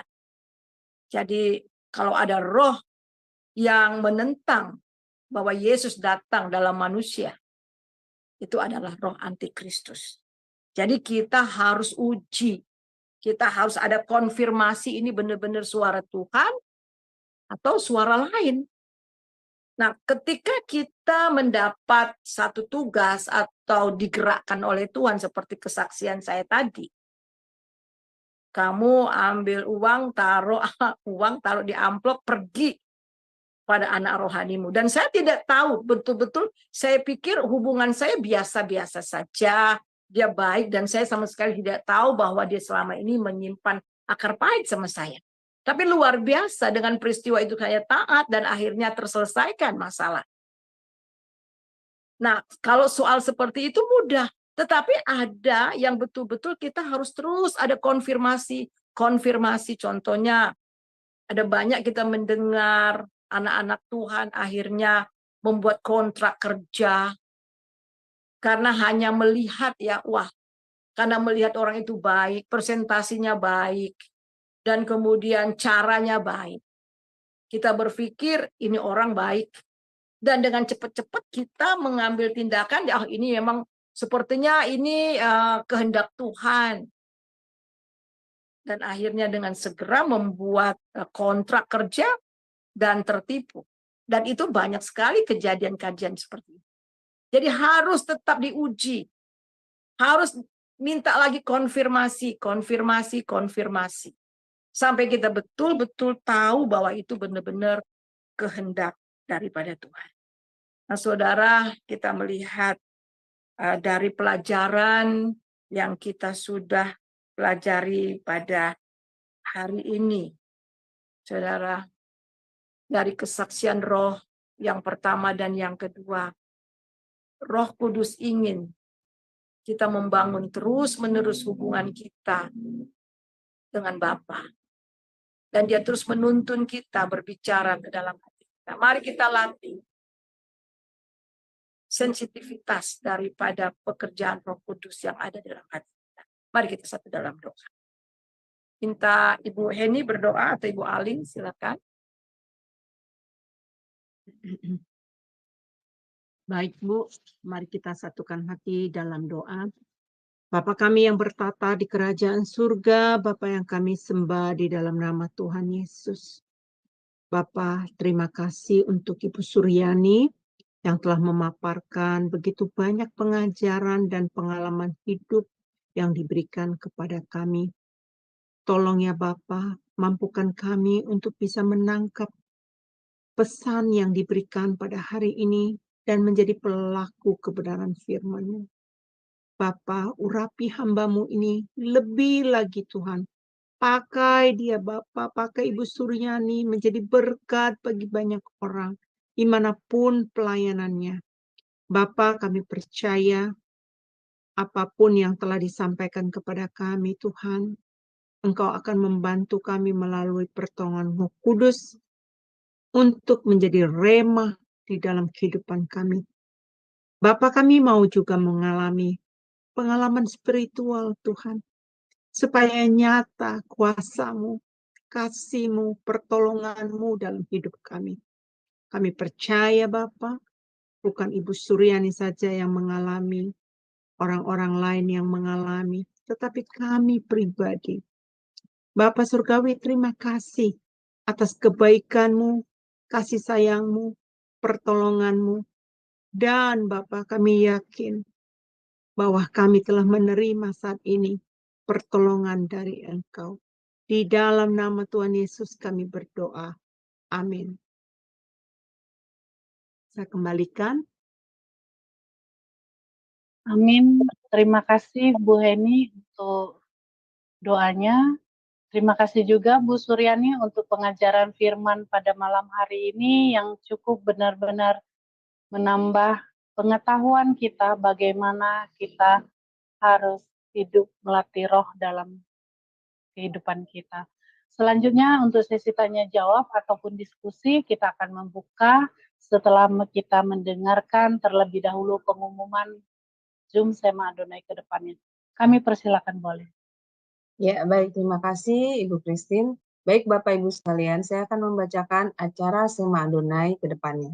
Baik, dimulai dengan besok, Kamis 13 Juni 2024 di jam 21:10 waktu Indonesia Barat di Sema Donai akan kembali ada kelas pembelajaran firman. Dan kali ini kita akan belajar tentang materi konseling dengan tema apakah hatimu terluka? Dan yang menjadi narasumbernya seperti biasa adalah Ibu Evangelis Desi Tansil MTH dan moderatornya adalah Ibu sendiri. Kemudian di hari Jumat di tanggal 14 Juni 2024 di jam 17.00 waktu Indonesia Barat di Sema Donai akan kembali ada kelas pembelajaran firman. Dan kali ini kita akan belajar materi aspek kehidupan dengan tema 4 dukungan psikologis dari keluarga. Dan yang menjadi narasumbernya seperti biasa adalah Ibu Grace Sumilat SMG yang merupakan founder dari Jenius Cara Alkitab dan moderatornya adalah Ibu Deborah. Selanjutnya masih di hari yang sama, di hari Jumat, di jam 19.00 waktu Indonesia Barat, di Sema Donai akan kembali ada kelas pembelajaran firman. Dan kita akan belajar tema A Display of Interest. Dan yang menjadi narasumbernya adalah Ibu Susan Grace Sumilat Hadasa SMG, dan moderatornya adalah Ibu Aling, saya sendiri. Kemudian masih di hari yang sama, di hari Jumat, di jam 21.00 waktu Indonesia Barat, masih ada kelas pembelajaran firman Tuhan yang terakhir. Dan kali ini kita akan belajar tentang materi buku Sejarah Penebusan seri ke-6. Dan ini sudah masuk sesi yang keempat ya, Bapak Ibu sekalian, untuk materi buku Sejarah Penebusan seri ke-6. Temanya kali ini adalah 24 divisi di Bait Suci. Dan yang menjadi narasumbernya seperti biasa adalah Pak Pendeta Dr. Yudi Lengkong MTH dan moderatornya adalah Ibu Heni. Selanjutnya ini adalah renungan pagi Sema Donai yang diadakan setiap hari dari hari Senin sampai dengan Sabtu dimulai dari jam 5.30 pagi dan dilayani oleh hamba-hamba Tuhan yang sangat memberkati. Jadi Bapak Ibu sekalian, untuk renungan pagi Sema Adonai, kemudian renungan pagi dari Bapak Gembala kami sendiri, yaitu Pak Pendeta Daniel Palungan, yang diadakan setiap hari Jumat 1 kali dalam seminggu, dan juga ibadah online Sema Adonai, hanya Bapak Ibu dapat ikuti lewat channel Cahaya Firman. Jadi tidak di-live-kan di channel-channel yang lain ya Bapak Ibu. Oleh karena itu bagi Bapak Ibu yang belum mensubscribe channel baru kami, channel Cahaya Firman, tolong subscribe channel YouTube baru kami, sehingga Bapak Ibu sekalian bisa mengikuti keseluruhan acara-acara Sema Donai, terutama yang tidak di-live-kan di channel-channel lain. Dan juga tolong bantu share ya Bapak Ibu kepada yang lain, sehingga semakin banyak orang yang juga bisa mengikuti keseluruhan acara-acara Sema Donai lewat channel Cahaya Firman. Dengan begitu Bapak Ibu telah membantu channel kami, channel Cahaya Firman, untuk menjadi lebih berkembang dan menjadi berkat lagi bagi banyak orang. Terima kasih Bapak Ibu atas perhatiannya. Tuhan berkati. Saya kembalikan kepada Ibu Christine sebagai moderator. Dipersilakan. Terima kasih Bu Aling untuk pengumumannya.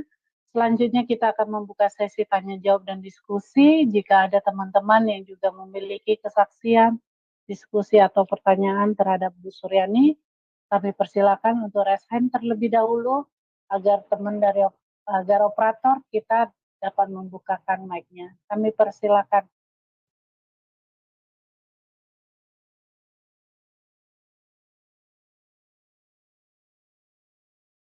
Bagaimana dengan Bu Aling dan Bu Heni pada malam hari ini? Ya, luar Pengajaran biasa. firman-Nya. Iya, luar biasa ya pengajaran Ibu Suryani, mengajarkan kepada kita bagaimana kita belajar untuk mendengarkan suara Roh Kudus ya, dengan melatih sensitivitas roh kita. Jadi Ibu menurut saya jika kita tidak memiliki sensitivitas roh kita kepada Roh Kudus, ini yang Ibu jabarkan tadi, yang kelima, keenam, ketujuh, kedelapan. Mungkin kita tidak akan pernah mengalami ya Ibu, benar tidak Ibu? Seperti itu. Iya. Betul ya Bu ya. Jadi bagaimana orang yang maksudnya yang tidak mempunyai kepekaan ya Bu dalam mendengarkan Roh Kudus pasti tidak akan bisa mengalami yang nomor 5, nomor 6, nomor 7, nomor 8. Benar tidak seperti itu ya Bu Suryani? Iya, Karena iya, betul.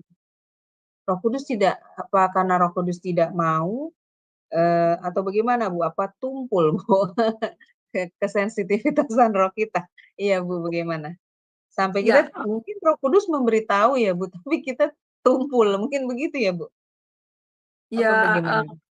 sebenarnya setiap orang yang percaya kepada Tuhan di dalam Roma pasal 8 14 sampai 16 itu jelas bahwa Roh Kudus itu sudah bersekutu dengan roh kita. Dia tinggal di dalam kita dan dia itu yang membimbing kita dari kebenaran kepada kebenaran. Itu adalah untuk semua orang percaya.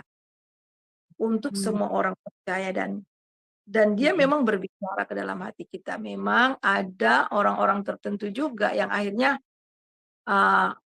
lebih banyak pakai akal ya. Bener nggak sih? Banyak pertimbangan-pertimbangan gitu ya, banyak pertimbangan. Dan mungkin pengalaman-pengalaman kita yang pertama juga seperti saya juga dalam pengalaman hidup saya juga pernah mengalami gitu ya. Pas lagi ada uang gitu, tiba-tiba disuruh kasih semua uang yang ada pada saya. Saya mikir ini suara Roh Kudus atau apa sih gitu ya. Nggak masuk di akal kita ya Bu ya, kalau kita melakukan Jadi jadi saya lagi mikir loh, nanti kalau saya kasih semua nanti gimana? Kalau disuruh kasih separuh atau apa kan masih ini, tapi disuruh kasih semua. Ini benar suara Roh Kudus atau apa? Nah, saya beberapa kali gagal dalam hal itu gitu. Ini bukan suara Tuhan kali gitu kan. Nah, itu Iya, waktu iya. awal. Tetapi setelah seiring saya bertumbuh dalam Tuhan, melayani Tuhan, saat satu ketika ya, saya bertamu nih ke rumah hamba Tuhan. Uang saya itu tinggal memang betul-betul tinggal 200-200-nya gitu loh. Di dompet saya gitu ya, nggak ada lagi, bener-bener nggak ada. Jadi kita pas lagi ngobrol, cerita, tiba-tiba Roh Kudus pas mau pulang nih, Roh Kudus bilang, "Ambil uang kamu yang 200 kasih semua untuk dia," gitu. Dia lagi nggak ada uang, dia sedang berdoa untuk uang itu. Dengan yang memang dengan amount yang segitu, saudara, saya mikir sambil ngomong gitu, saya mikir, "Ini suara Tuhan apa enggak sih?" gitu. Tapi itu seperti tadi digerakkan dan didesakkan. Jadi, udah saya nggak mikir-mikir lagi gitu loh. Saya nggak mikir-mikir lagi, saya ambil aja uang yang di dompet saya langsung kasih. Itu ibu nangis, "Aduh kok bisa tepat ya?" katanya. "Saya emang lagi berdoa Bu," katanya bilang gitu. Coba bayangin tuh. Jadi itu. Nah, satu kali saya sudah lakukan itu, untuk langkah berikutnya, saya lakukan lagi. Ketika itu, kan saya masih di Kalimantan. Ketika itu, saya sedang menyimpan, menabung untuk ke Jakarta. Jakarta atau Bali ya, saya lupa ya. Karena ada konferensi doa, dan kebetulan saya juga memimpin, ibu-ibu yang ada di kota itu. Jadi saya bawa ibu-ibu banyak. Jadi, saya betul-betul mau, simpan buat ongkos saya gitu. Ya simpan ada berapa gitu. Nah kebetulan itu buku tabungan dengan uang itu sudah saya taruh di situ kalau nggak salah ada berapa ya, 300 atau 400. Jadi saya nyicil, ada 300 saya taruh, ada 400 saya taruh gitu kan. Itu masih udah lama sekali ya, lebih dari 15 tahun yang lalu lah ya. Nah, kemudian dulu itu dia mahasiswa saya sudah jadi pendeta dan dia akan berangkat pelayanan diutus ke tempat yang lain. Jadi dia bersaksi. Dia bersaksi bahwa dia membutuhkan ini, Tuhan akan tiba-tiba Tuhan bilang, "Itu yang uang untuk kamu tabung, kasih semua sama dia." gitu. Dikasih semua. Ya karena saya sudah sering mengalami, beberapa kali mengalami, ya udah saya kasih aja gitu loh. Saya kasih aja tanpa mikir-mikir lagi sudah. Nah, dan saya tahu untuk Roh Kudus, saya tanya Tuhan ini suara Tuhan, dan saya yakin itu suara Tuhan. Ini saya ambil, saya kasih, dan sukacita loh. Ketika saya lakukan itu sukacita, dan yang sangat luar biasa, ini sangat luar biasa. Ini kan uang nggak ada nih di saya, nggak ketabung-tabung, ada. Terus saya masih butuh 2 juta. Terus saya bilang gini sama Tuhan, Tuhan, saya butuh 2 juta. Saya nggak mau naik kapal laut, Tuhan. Saya bilang gitu. Saya mau naik pesawat. Saya bilang gitu ya. Saya bilang gitu sama Tuhan. Saya mau naik pesawat, tapi ongkos saya ini sudah tidak cukup. Saya masih butuh 2 juta, Tuhan. Terus saya berdoa itu ya. Saya berdoa, Tuhan yang suruh ya saya lakukan. Tetapi saya sekarang uangnya nggak cukup. Saya mau naik pesawat. Tahu nggak apa yang jadi? Itu memang luar biasa. Jadi ada teman saya, kami suka diundangkan ke pedalaman-pedalaman jauh di beberapa kabupaten. Jadi saya suka bikin seminar, KKR di situ. Nah, orang dari desa itu jauh sekali loh, dari Skado masuk itu jauh banget. Pokoknya di desa lah. Jadi dia mau pergi ke rumah sakit, bawa mobil, lewat karena kebetulan rumah saya itu, tempat saya itu di jalan raya, di pinggir jalan raya. Jadi mereka nyampe, jadi mereka datanglah ke rumah saya untuk bertamu. Mereka bilang, kami mau ke rumah sakit, Bu, mau antar ini keluarga yang sakit. Udah masuk dulu lah, ngobrol gitu, ngobrol. Setelah saya sama sekali tidak berpikir bahwa mereka mau bawa uang 2 juta yang saya doakan itu. Tahu-tahu setelah doa tiba-tiba ada yang kembali balik. Bu, maaf ya, sampai hampir lupa katanya. Kasih amplop loh. Kok tebal dalam hati saya gitu ya. Iya betul ya, Bu. Tuhan luar biasa. Saya itu tuh 2 juta loh, Bu. Iya. Udah saya langsung berlutut. Aduh Tuhan, terima kasih banyak. Saya bilang gitu. Itu nyata. Bayangin aja itu orang digerakkan. Saya digerakkan kok katanya. Itu yang tadi. Saya digerakkan, Bu. Dia itu dari pedalaman jauh sekali. Benar di pedalaman dari daerah. Jadi dia betul tuh ya, Bu. itu dia. Untuk ke tempat saya itu udah berapa jam? Bisa 4 jam itu. Belum lagi ke daerah sana. Coba bayangin. Dia hanya datang. Saya sedang saya bilang saya nggak mau naik kapal laut, saya mau naik pesawat gitu kan. Untuk PP-nya masih kurang 2 juta dengan yang lainnya Tuhan. Saya minta aja. Gitu. Ya, jadi yang gitu paling iya betul, luar biasa ya Ibu, Tuhan kita itu bisa menggerakkan siapa aja. Dan yang saya paling tadi itu Bu Suryani, Tuhan bisa menggerakkan orang yang tidak bukan orang Kristen, Bu. Itu membangun gereja. Itu luar biasa loh, Bu. Karena saya merasa kalau orang yang tidak seiman gitu biasanya kan ya mereka pasti nggak terlalu ini ya, Bu. Tapi orang itu bisa digerakkan oleh Tuhan untuk membantu umat Tuhan yang ingin membangun gereja. Nah, itu kan luar biasa banget, Bu. Padahal dia bukan orang yang mengenal Tuhan Yesus ya. Bukan orang yang mengenal firman, lihat. Makanya ya memang jangan diragukan lagi. Tuhan bisa melakukan apa saja ya Bu Suryani untuk hidup kita. Asal kita benar-benar dekat, kita benar-benar taat ya Bu kepada Tuhan, sungguh-sungguh mengasihi Dia. Wah, luar biasa sekali Bu Suryani, kesaksiannya juga banyak untuk pelajaran malam ini, sangat memberkati semua. Iya. Amin. Terima kasih Ibu untuk pencerahannya. Kan diberikan kepada kita untuk menuntun kita dari waktu ke waktu kan. Ya itu. Jadi kita akan mengalami dia, mengalami ketika kita taat, kita lakukan, dan kita akan melihat mukjizat. Tanpa ketaatan kita nggak bisa lihat mukjizat. Betul, Bu. Betul. Kuncinya cuma satu ya, Bu. Taat ya, Bu, pada kehendak Tuhan dan firman. Jadi itu ketika saya lihat itu, saya langsung berlutut terima kasih sama Tuhan, dan saya menari-nari di kamar saya. Karena saya kagum banget cara Tuhan kerjanya gitu loh. Kok Iya. emak saya bilang minta 2 juta ya. Terus memang dikasih 2 juta. Terus saya bersaksi ada teman bilang, kok nggak minta 5 juta? Wah, saya bilang itu lain itu. Kan saya berdoa sesuai dengan apa yang saya perlu. Saya bilang gitu kan. Iya, iya, Nah, betul. ya. Luar biasa kesaksiannya. Iya, terima kasih Bu Suryani untuk kesaksiannya dan juga pencerahannya bagi kami ya Bu. Tuhan berkati. Ya, saya kembalikan kepada Ibu Christine. Terima Ya, kasih Bu Aling. Bu Terima Christine, kasih lanjut Bu Heni. Ya. saya bacakan ada seorang bapak di grup di chatting ya. Dia bertanya begini kepada Ibu Suryani. Ibu Matius 7 ayat 15 ya. Itu guru-guru palsu atau penyesat tanda-tanda akhir zaman? Itu pertanyaannya. Saya baca ayatnya ya Bu ya. Matius 7 ayat 15, temanya adalah hal pengajaran sesat.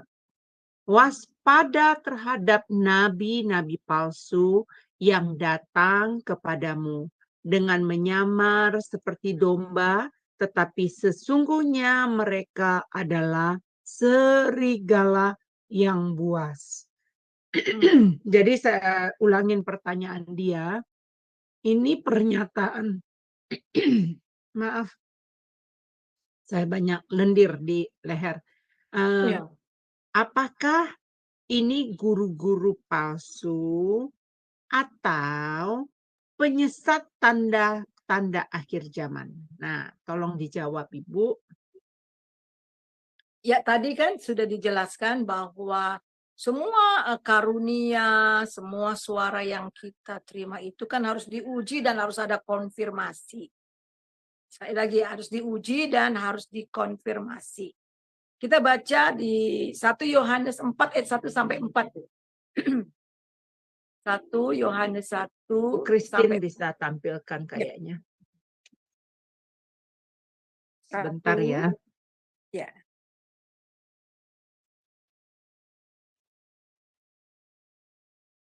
Satu Yohanes 4 ayat 1 sampai 4. Ya.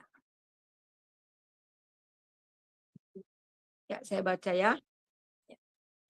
Saudara-saudaraku yang kekasih, jangan percaya akan setiap roh, tetapi ujilah roh-roh itu. Apakah mereka berasal dari Allah? Sebab banyak nabi-nabi palsu yang telah muncul dan pergi ke seluruh dunia. Demikianlah kita mengenal roh Allah. Setiap roh Allah yang mengaku bahwa Yesus Kristus telah datang sebagai manusia berasal dari Allah. Dan setiap roh yang tidak mengaku Yesus tidak berasal dari Allah. Roh itu adalah roh antikristus.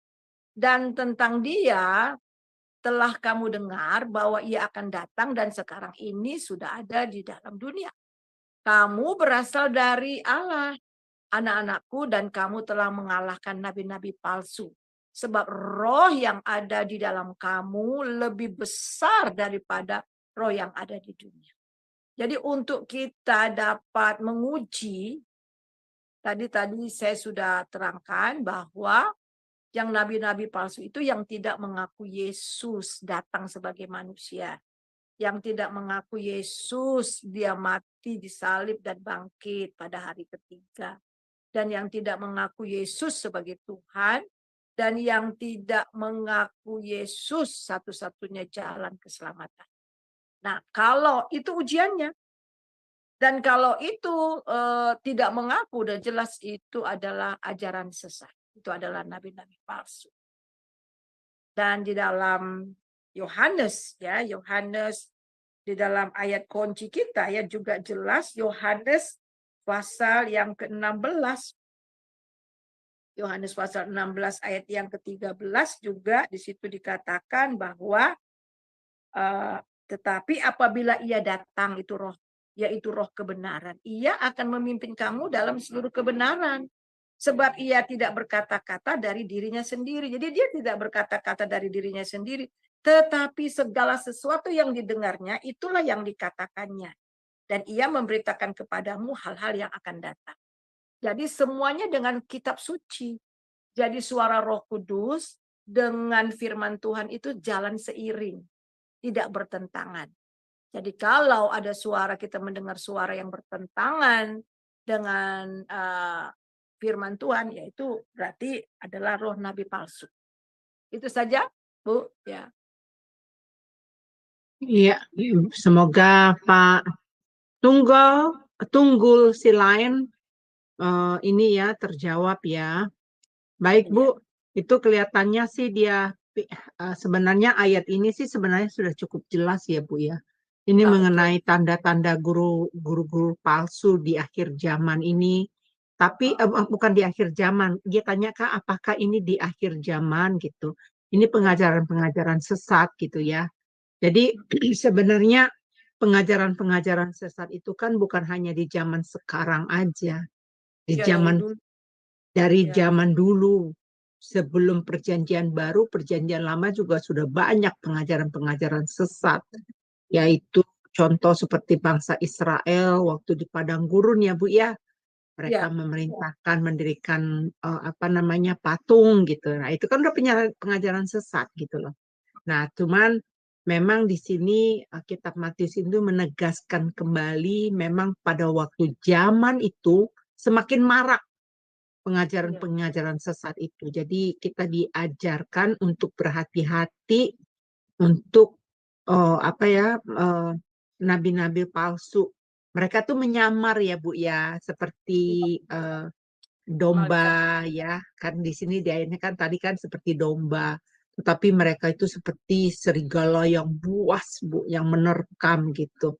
Karena memang saya memperhatikan cara mereka menghancurkan melalui pengajaran-pengajaran teologi dari itu mereka kotak-katik supaya apa? Supaya anak-anak Tuhan ini tidak patuh pada kebenaran firman saya lihat. Jadi mereka mendirikan prinsip sendiri, konsepnya sendiri. Padahal kan sebenarnya mereka tidak boleh mendirikan itu, Bu. Karena Alkitab itu sudah punya otoritasnya sendiri. Iya. Nah, itu jadi banyak anak-anak Tuhan kalau yang tidak mengenal, tidak belajar ya firman Tuhan gitu, mereka akan benar-benar terbawa arus gitu. Jadi akan disesatkan.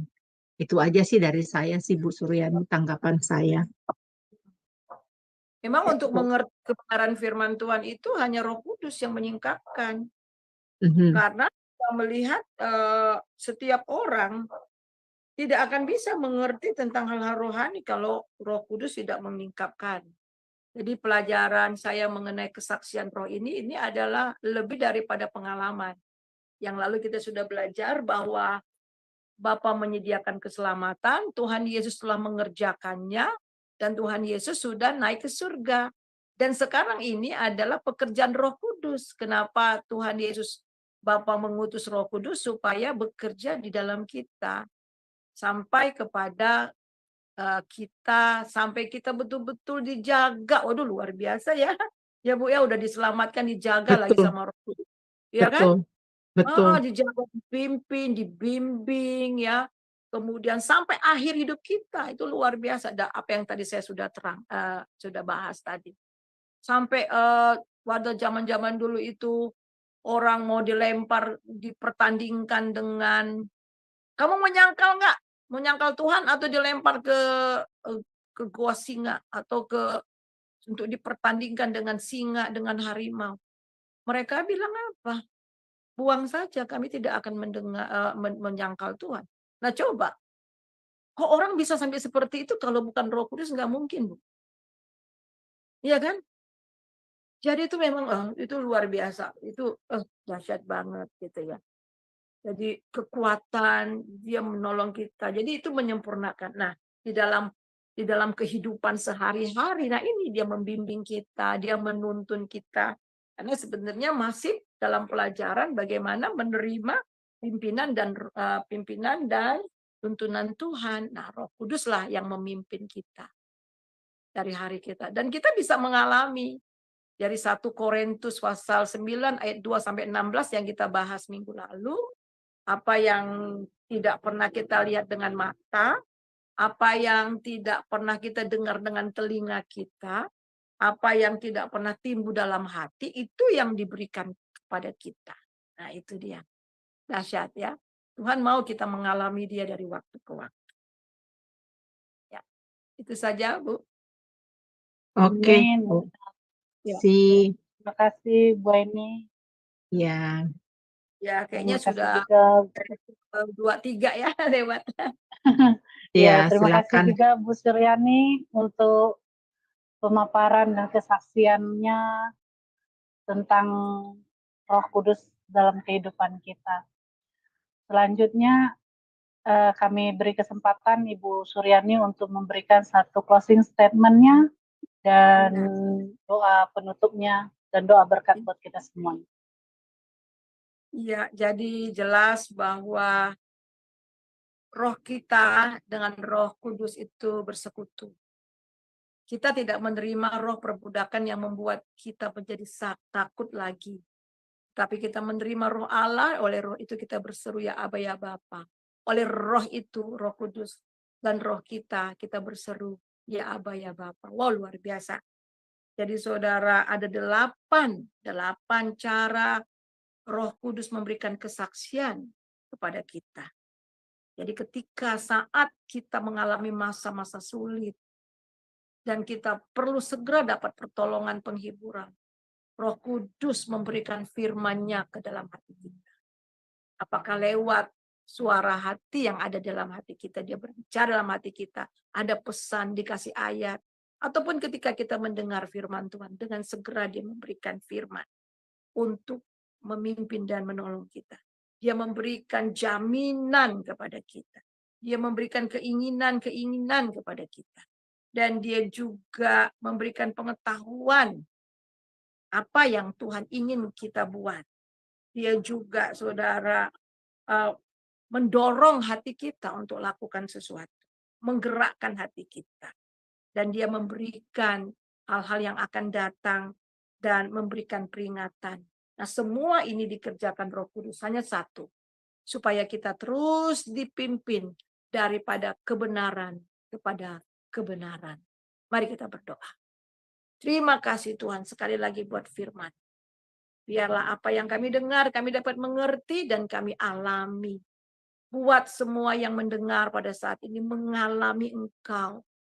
Betapa dahsyatnya mengalami Engkau, bukan hanya tahu tentang Engkau, bukan hanya mengenal Engkau, tetapi orang yang mengenal Engkau pasti mengalami Engkau. Supaya kami kuat teguh dan terus mantap iman kami dalam perjalanan kami mengiring Engkau. Terima kasih. Saudara, mari angkat hati kita terima berkat daripada Tuhan. Damai sejahtera, sukacita yang melimpah-limpah dari Bapa di dalam Tuhan Yesus Kristus, serta persekutuan yang manis dalam Roh Kudus senantiasa menyertai saudara mulai hari ini sampai Maranatha. Haleluya. Amin.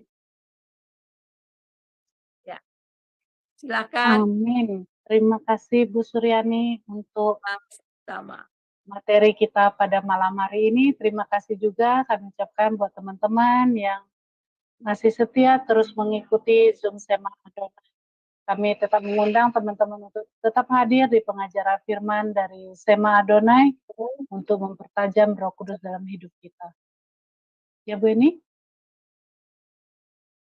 Ya, ada apa? Tadi Selesai. ada Ibu bersuara. Oh, enggak. Itu saya matiin, saya off-kan.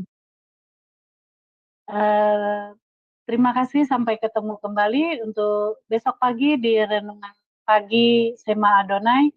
Kami juga mengundang teman-teman untuk dapat terus mengikuti pengajaran firman di Sema Adonai. Sampai bertemu kembali, Tuhan Yesus memberkati. Shalom, shalom, shalom.